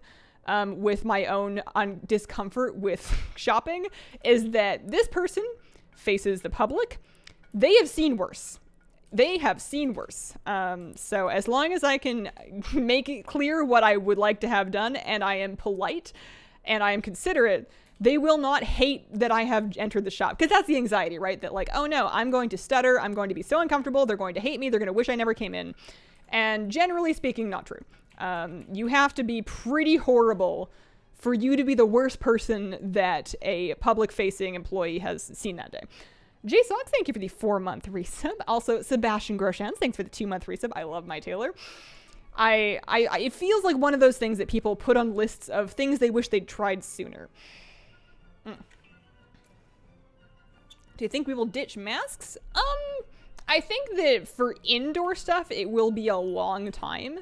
And I'm glad that they're more normalized now because I think even like long term, I still want to wear one on airplanes and stuff. Or like anytime, like if I have a cold and I have to go to the grocery store. Although I think the other thing that this has given us is delivery is a lot more widespread. And also I feel like we've just gotten used to it. I'll probably just get groceries delivered if I'm sick. But like, if I had to go somewhere and I was sick, I'm going to wear a mask now, even if it's 2037. Hopefully, yeah, get around with them when they have the sniffles or when flu season's around. Exactly, right? Like, I, even pre-pandemic, was considering, excuse me, that's my face. I was, when looking into what to bring to BlizzCon, I wanted to wear face masks on the plane and in the airport because I would always get sick, and that was just one thing that might maybe help a little bit.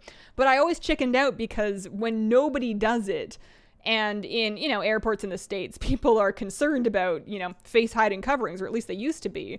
I didn't want to be the one person out, but now that I feel like it's a more normal thing to do, I don't think I'm going to be as worried about it. And that's going to be good. Flying metal germ tube, yeah. I have never traveled somewhere by air and then not later gotten sick, so I think it'll be good.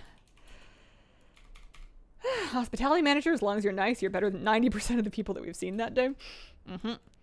Yeah. And back when I had a public-facing job, I would have people come in that were like really visibly nervous or anxious, which I related to very much. But I also realized that those people are fine, and that as long as they can, say what they came in for, and they generally can, that's the important thing. It doesn't matter if you trip on your words or if you're a little too quiet and you have to say it again.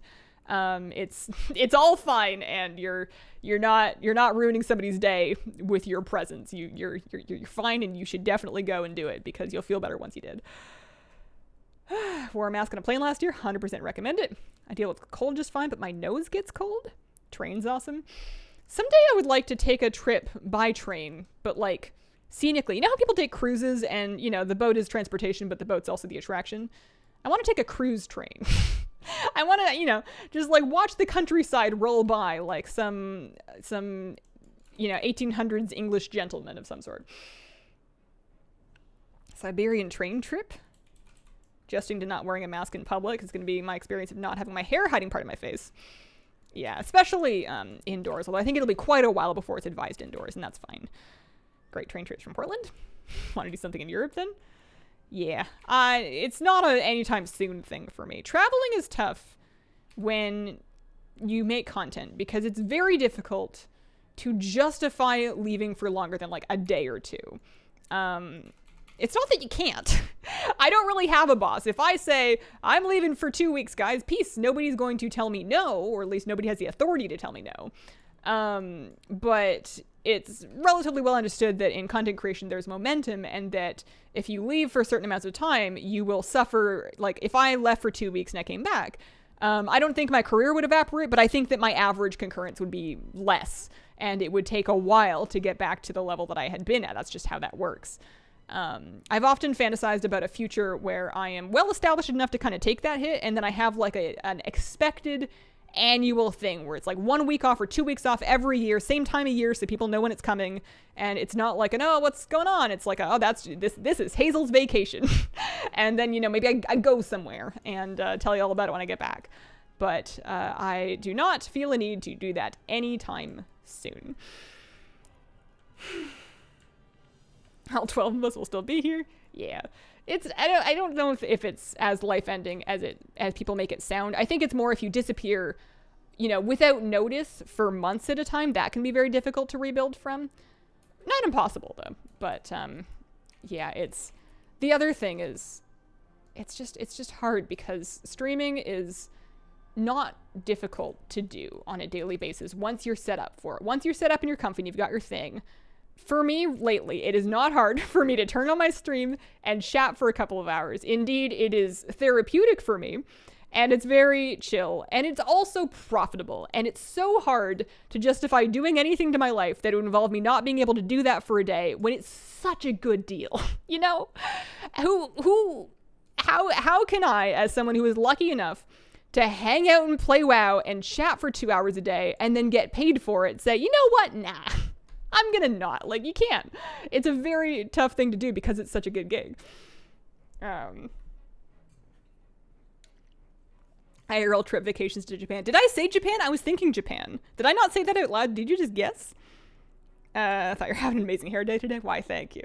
Yesterday was wash day, as it worked out. I cleaned it yesterday, so it's freshly blow dried. Vlog like your trips. Not a lot of demand for that from me. I've done travel vlogs for both BlizzCon trips, and that's like a WoW-related travel vlog, and I'm just both not good at it because I'm really uncomfortable being on camera in public, so the videos are 90% from my room and just telling stories, and then also, it's not the kind of content that somebody comes to my YouTube channel to see, so even if it's well done, it's not going to be worth the time that it takes to do it. And then if you spend your entire trip making a video, it becomes a work trip. Those things take more time than they look like they take. I do not also have a second job. I'm full-time content creation. Booked my Japan flight for next year. Gotta get that passport now. Yeah, don't put that off. There can be delays on that kind of thing. I would do that get that going as soon as you can. But yeah, that'll be nice. I am waiting patiently, hopefully. I am waiting patiently for the Canadian border to get to a point where they will let me in with my vaccine and without a 2-week quarantine. And when we get there, then I can start doing some stuff. Until then, I got some waiting to do. I almost miss having that problem. I have had way too many games in my Steam library. Streaming for about 2 years. Stopped for the exact reasons you mentioned. I felt like I could never have a day off. Yeah. I think I'm on the edge of a phasing, yeah. Muffin. What I have found to work for me, and I think different things work for everybody, but I think the reason I'm able to do this every day and not burn out on it is because my streams are short. Because I only do 2 hours a day, and I do almost exactly 2 hours a day. I don't really go over and I don't really go under. It is extremely regular, and I found that is an amount that I can manage while also getting some amount of other things done. And then if something has to give, it's usually a skipped YouTube video in the week, which is arguably worse for my channel growth, but it's just easier to kind of get away with because I don't know. I feel like people aren't expecting them as regularly. Thinking of coming to WoW. How is it so far, other than the negative stuff about it? WoW is as WoW always has been, which is a place where there are a million things to do, and it just depends on if you like any of them. It more than ever, it has more options than it has ever had. So at endgame, you have a lot of different things that you can do. So if you like at least one of them, then you're in good shape. And then the single player experience, I find, has more options as well. It's not just World Quest now. You have your Covenant activities to engage with. You've got Torghast. You've got all kinds of collecting and treasures and stuff available if you don't want to find a group. And then if you do want to find a group, then there's, of course, Mythic Plus and raiding. So I like WoW. I think there's lots to do. I've been having fun with it lately, but I'm just leveling up right now. I'm currently questing Spires of Iraq and Draenor Zone. I wonder if they disabled it. I was going to say, do I have 20% experience from that Stockton Brewery? But I feel like I remember reading at some point that they nerfed that. They took it out for crummy time, because otherwise it was, 20% was pretty good. Okay. Kitty. She's licking her foot, but she's accidentally getting a little bit of my thigh. You're gonna take it off.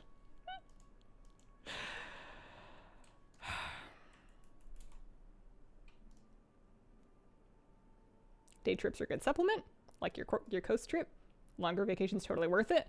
I don't think I've ever run into someone who did a Europe or a Japan trip and said I regretted it. Yeah, I think you're right. I think eventually, if I get to a place where I'm stable, especially if I bought a house and I felt like I was prepared with like a good emergency fund, so I didn't feel like I was making a mistake, if I felt like I had a really strong security. And like right now I have savings, but everything's just so up in the air that it's tough to know, especially with taxes and whatnot, what my future is going to look like. So if I got to a place where everything was relatively under control and I had, purchased a home, or at least had plans to do that, then it would make more sense for me to try to budget for a yearly vacation. But I think it would also depend on BlizzCon. Like, I can't really imagine traveling twice in a year. I guess some people do. BlizzCon's like the trip. I've started having BlizzCon dreams, and like it's so far. I think maybe getting the vaccine has allowed me to dream of BlizzCon once again. What am I doing next? There's a mob I can kill. What do I want to do with this guy? Hello, enslaved outcasts freed. It's clearly you want more than just a pep talk. Effigies. Place an effigy near an enslaved worker. Okay. Ooh, fun. Okay.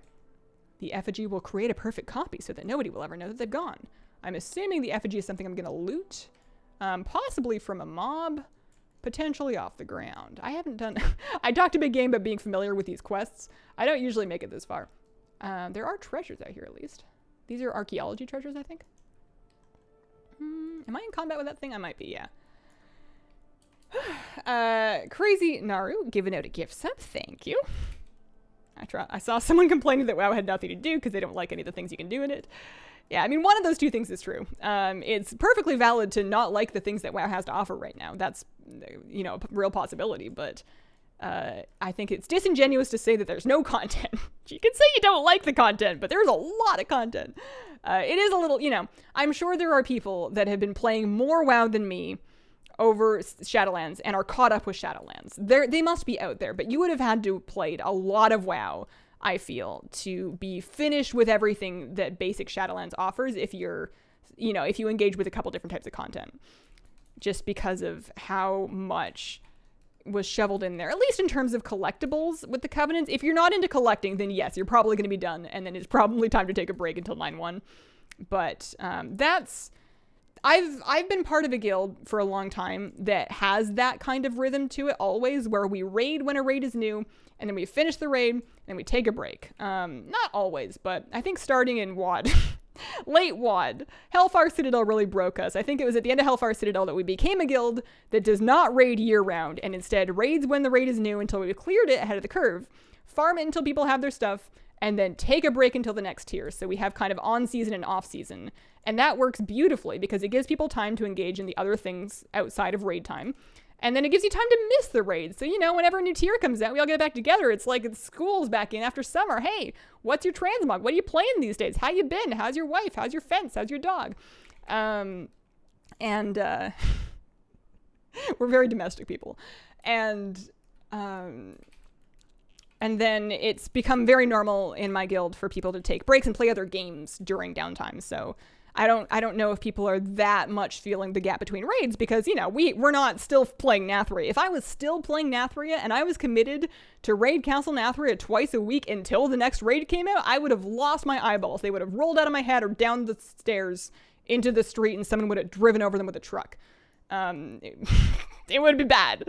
But because I haven't been regularly raiding Nathria in months, I don't really mind. It's just more time for extra stuff. Ms. Littlebit, thank you for the 15-month resub. What can we use Anima for in 9.1? I haven't found anything new, and that doesn't mean there isn't anything new, but I haven't seen anything new. Tell you about my family, but the fence is too personal. To be honest, the fence isn't even a private guild meme. That's a pug guild meme. I joined a pug. Well, they weren't a pug. They were a guild, but they were pugging extra people for their raid testing group. They were a North American guild based on the accents. And because I was a pug, I got in their Discord and I was in their voice and I was listening to them. But I don't have permissions to like see their chat history or anything like that, which is fine. But they were joking about this guy's fence.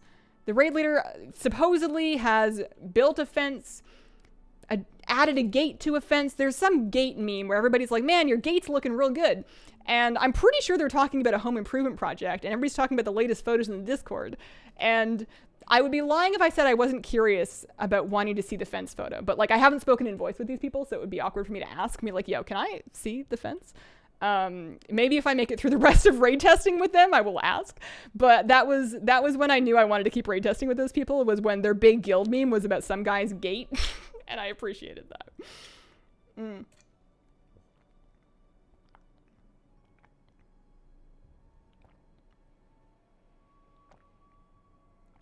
Oh, new Mog in 9.1 you buy from Anima. Okay. Warlock gate. I think it was like a real life gate that goes into a fence. Popping into odd guild discords is a good time. Yeah, I mostly get an opportunity to do it during raid testing, and then I got a little bit of a chance to do it during Keystone Master. I pugged into a couple of guild discords while I was doing that. And it's funny popping into random WoW guilds because of how different they are while still being exactly the same. There is a universal, I don't know about universal, but there is a definite WoW guild vibe with like, you know, recurring characters that people tend to fit into. Not always, but it's, there's very much a mid-30s gaming guild Discord vibe that transcends individual guild name, I feel. I build fences for a living. They can be very exciting. If I built a fence, if I had property and I built a fence on it, I would be so proud of myself. I would be thrilled if I had put a gate in my fence.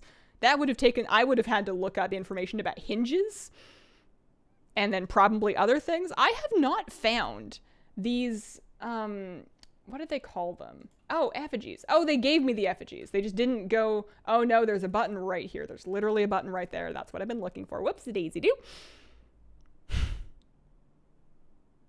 New Keystone Master once per season. So like 3 times an expansion about. It's always a plucky rogue that gets told to shoosh. Feel very attacked as a mid-30s guild member. I think it's just a relatively, it's not a universal demographic, but it's a relatively average WoW guild demographic. I feel like if you were to median out the player base, you would end up at like 34. That's just I have no idea actually, but if you look at my YouTube demographics, that's more or less where they end up.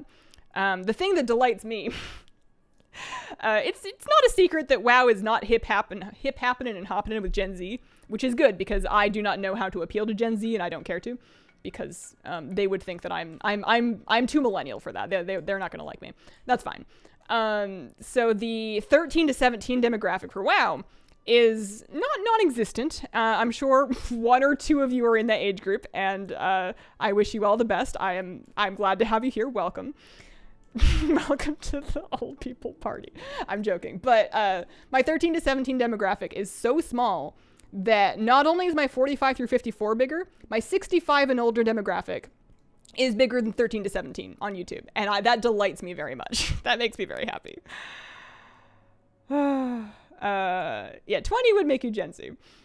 they most of my idea of what they're into comes from reading online articles about what kids on TikTok are doing, which I'm sure is far from universal. Yeah.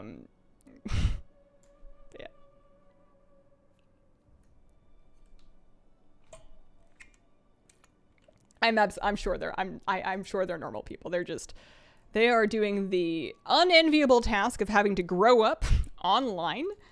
Yikes. Best of luck with that. I treasure my memories of being a teenager without a smartphone. It wasn't long.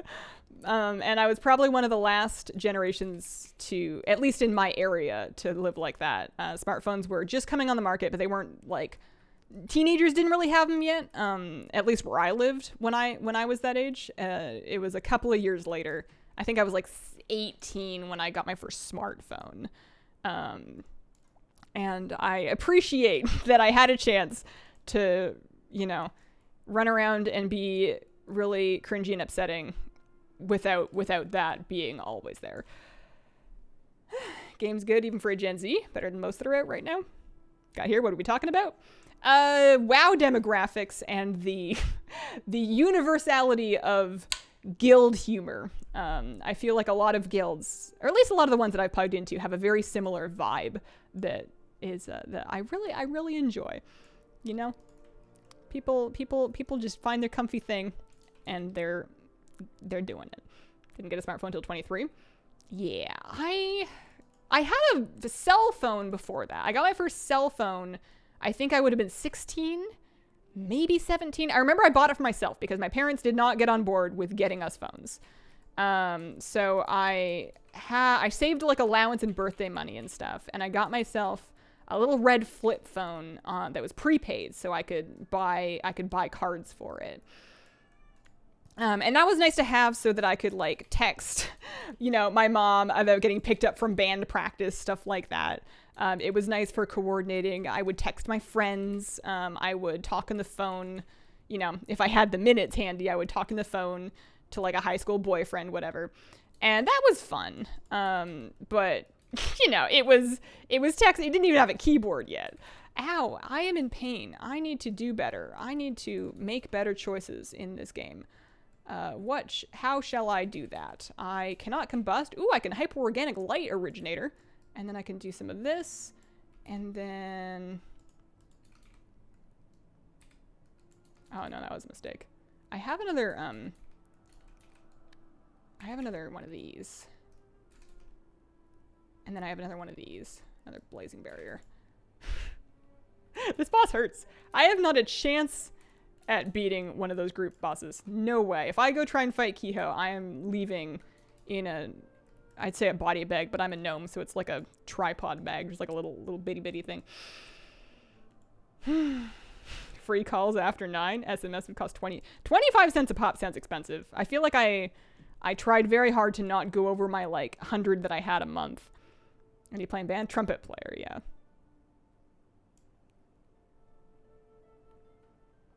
Got into WoW in 2017. This is my first XPAC to actually play. Late night texting and calling for unlimited minutes was lit.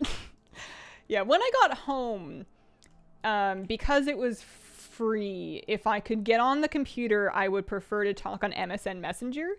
But we had a shared family computer. So if I wanted to be on the computer, it meant nobody else was going to be on it at the time. And we were limited in computer time anyways. Like, I think I could do like an hour a day. If nobody else wanted to be on it. So it's not like you could be always available via that. I would spend a lot of computer time on Neopets at the time. MSN Messenger, where's the ICQ at? Straight to MSN when I got home. I'm sure that if I looked up like the MSN notification sounds, I could give myself some real straight to 2004 feels. Had to fight my sister for computer time to play vanilla WoW. It's not being always available. It's something that I have really worked for, and something that I think I'm very lucky to even have the chance to do, because I know a lot of people are in jobs where if you're like, hey boss, I am going to be not reachable after 5 and before 8, they're gonna find somebody that is. But if you have a life where you can manage it, I have gotten a lot of peace of mind by having a given daily time where I check messages, and outside of that, they don't even notify me. So like emails I get to once a day. Most days, maybe 5 days out of 7, I get to my email once a day. And outside of that, I don't know when it shows up until it shows up. And I'm in a really lucky position where if I miss something or if I don't get to something on time, I'm not losing anything that I value for that. And I know that's not true for everybody, but it's massively important for me to be able to turn off and not feel like I could get an emergency falling on me at any moment. I am only in a good mind space to deal with emergencies for like 3.5 hours a day in the morning. That's pretty much when I can handle it. Outside of that, ow, this boss hurts. Outside of that, it's just I'm both not going to deal with it and I'm going to worry about it, and that's not ideal. So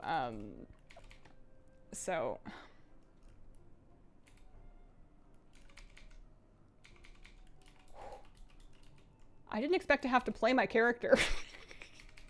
You want me to game? Jeez. Ow. I forgot entirely what I was saying. That boss and those chakrams just wiped it from my mind. Oh yeah, being not always available. Yeah, it's a big privilege of mine, but it's helped me a lot to be able to turn off and put it down, like mute my phone, have do not disturb hours. And for the most part, people in my life have understood that I will get to it within 1 to 2 days. And then people that are likely to have emergencies that are relevant to me, so like my mom, etc., they can call me if they need to, and their numbers will come through. But if it's a number that I don't know and I'm not expecting a call, it is not getting answered. I won't even see it ring. I will get that voicemail later.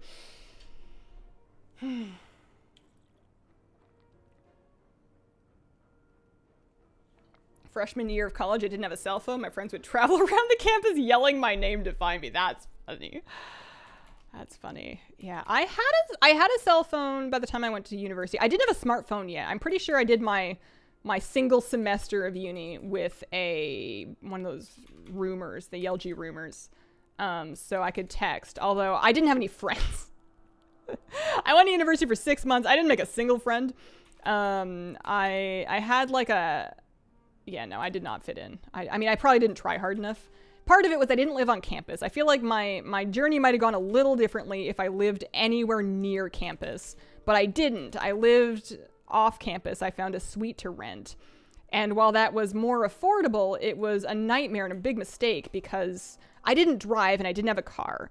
And while my suite was on a bus route, and that's all we checked before we rented it, it was on a bus route that was 3 bus transfers away from campus. If I wanted to bus to campus, it was a full 90-minute journey that would have been like 15 by car. But because of the way the buses went, you had to go all the way into town and then all the way back out of it and catch 3 transfers, which is not a guarantee.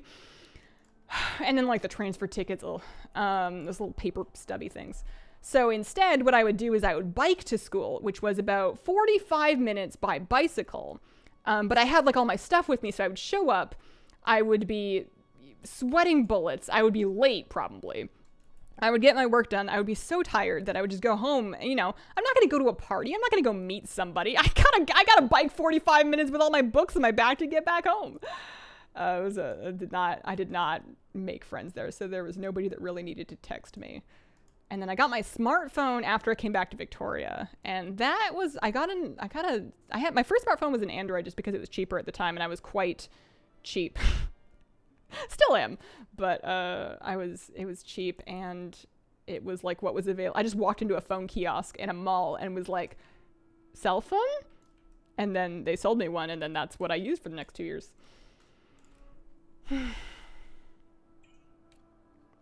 Phone calls for emergencies, everything else when I have time. Yeah. I think part of it is because I don't have kids, the scope of what is and is not an emergency is very different for me. I am less directly responsible for people's like immediate well-being. I have been disconnected. One moment. Let's do this. Log back in. Although it is almost time to stop. Wish I had a flip phone. They were fun to snapshot. That was a good time. The charge on them lasted ages. It's only recently that smartphone battery, I feel like, has caught up in terms of lasting like multiple days the way that flip phones did. I hate texting. Texting on a phone now feels very official. It doesn't feel very casual. If I'm going to chat with somebody just casually, which I don't do a whole lot, but if I'm going to, then it feels like Discord. If I'm getting a text, in my mind, that is synonymous with, you know, talking to my mom or arranging an appointment or something like that. It does not feel... I don't text for fun anymore.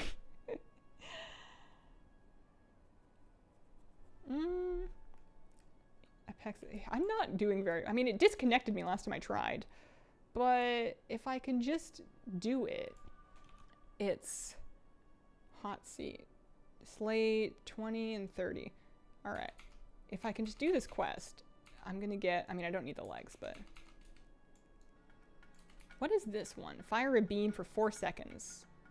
Okay. For whatever reason, that one doesn't seem to be doing a whole lot. So, I'm just going to do...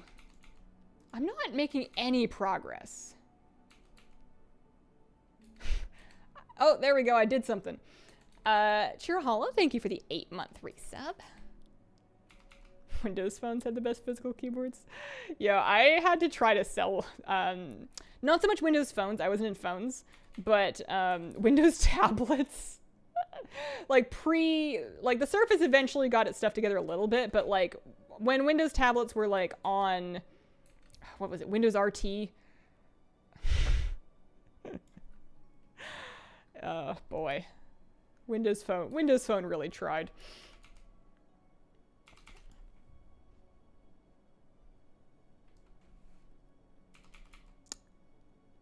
I need to kill 20 Apexis destroyers, which are these guys. And so far I've killed 6, and I'm starting to feel like this isn't worth it. I'm starting to feel like I'm just not going to get this done. Maybe I should just go turn in some quests and then give up.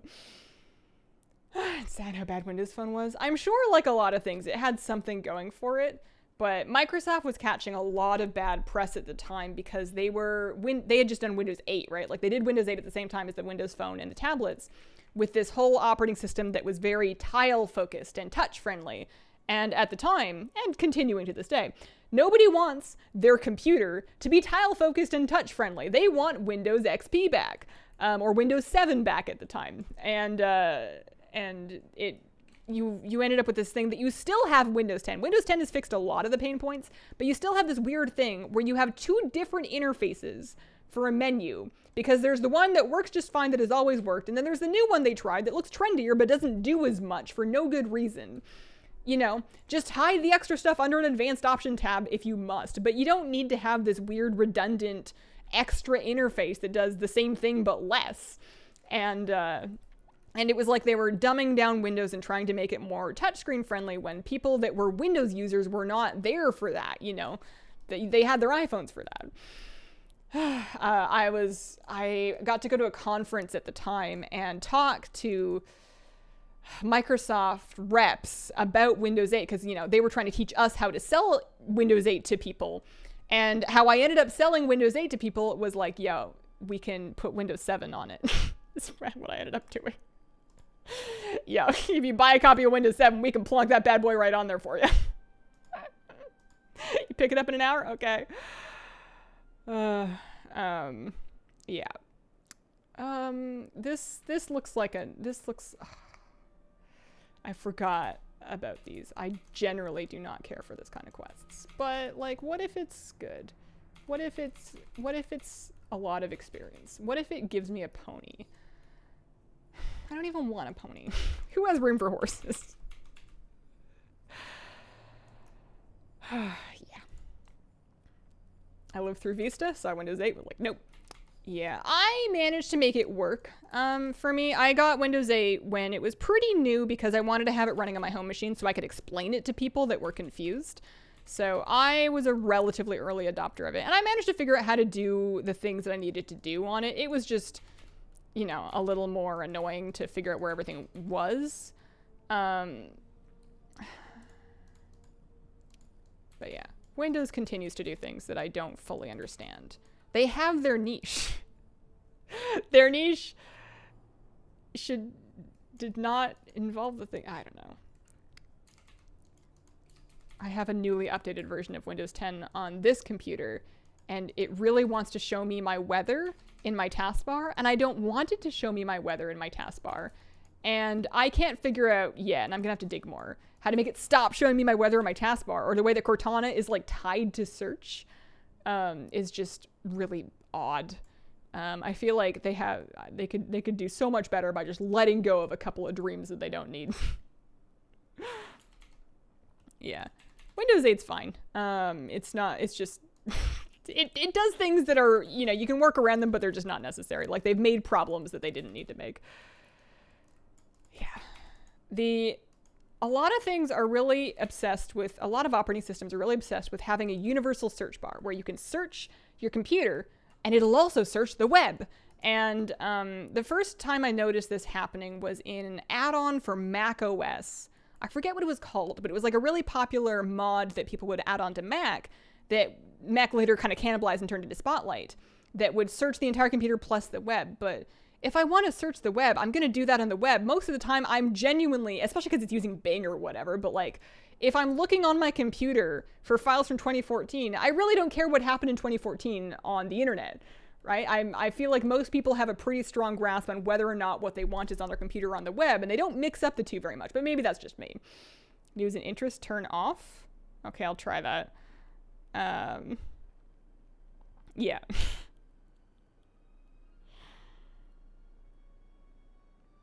Yeah. For a while they were doing like hybrid-y devices that was like, it's a computer, but it's also a tablet. And in that case, it makes a little more sense.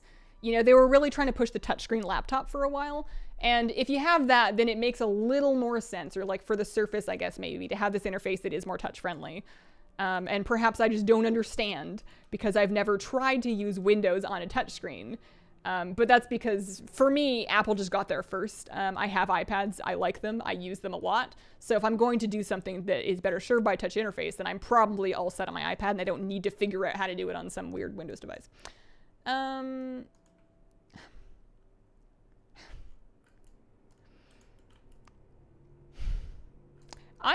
going back to my Garrison because I've confused myself deeply. I got to level 38. I'm only a level and a bit away from, well, a little under 2 levels away from getting my faster flying, which will be kind of nice. And then I'm only 10 levels from 50. If I'm searching the internet, I'm using my browser, not my start menu, right? There must be somebody that uses that feature. They must have data. You know, if I know anything about tech companies, it's that they have data.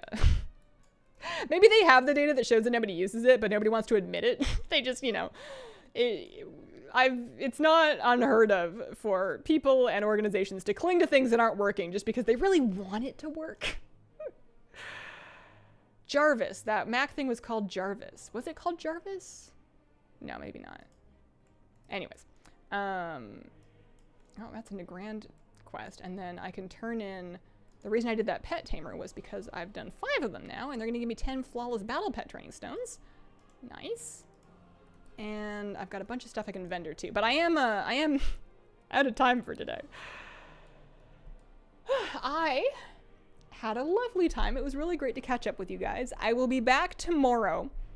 I might be a smidge late tomorrow. There is raid testing tomorrow. The raid testing does not technically overlap with WoWstream, but if I end up testing all the way up to 3 o'clock, then I might be like 10 minutes late when I get my stuff switched over. If I get out of testing early, then I'll be fine. But if I am late tomorrow, then that is why I am fine. I'm probably just switching over from raid testing. I appreciate you guys, and I will see you soon, hopefully. I hope you guys have a wonderful, wonderful day.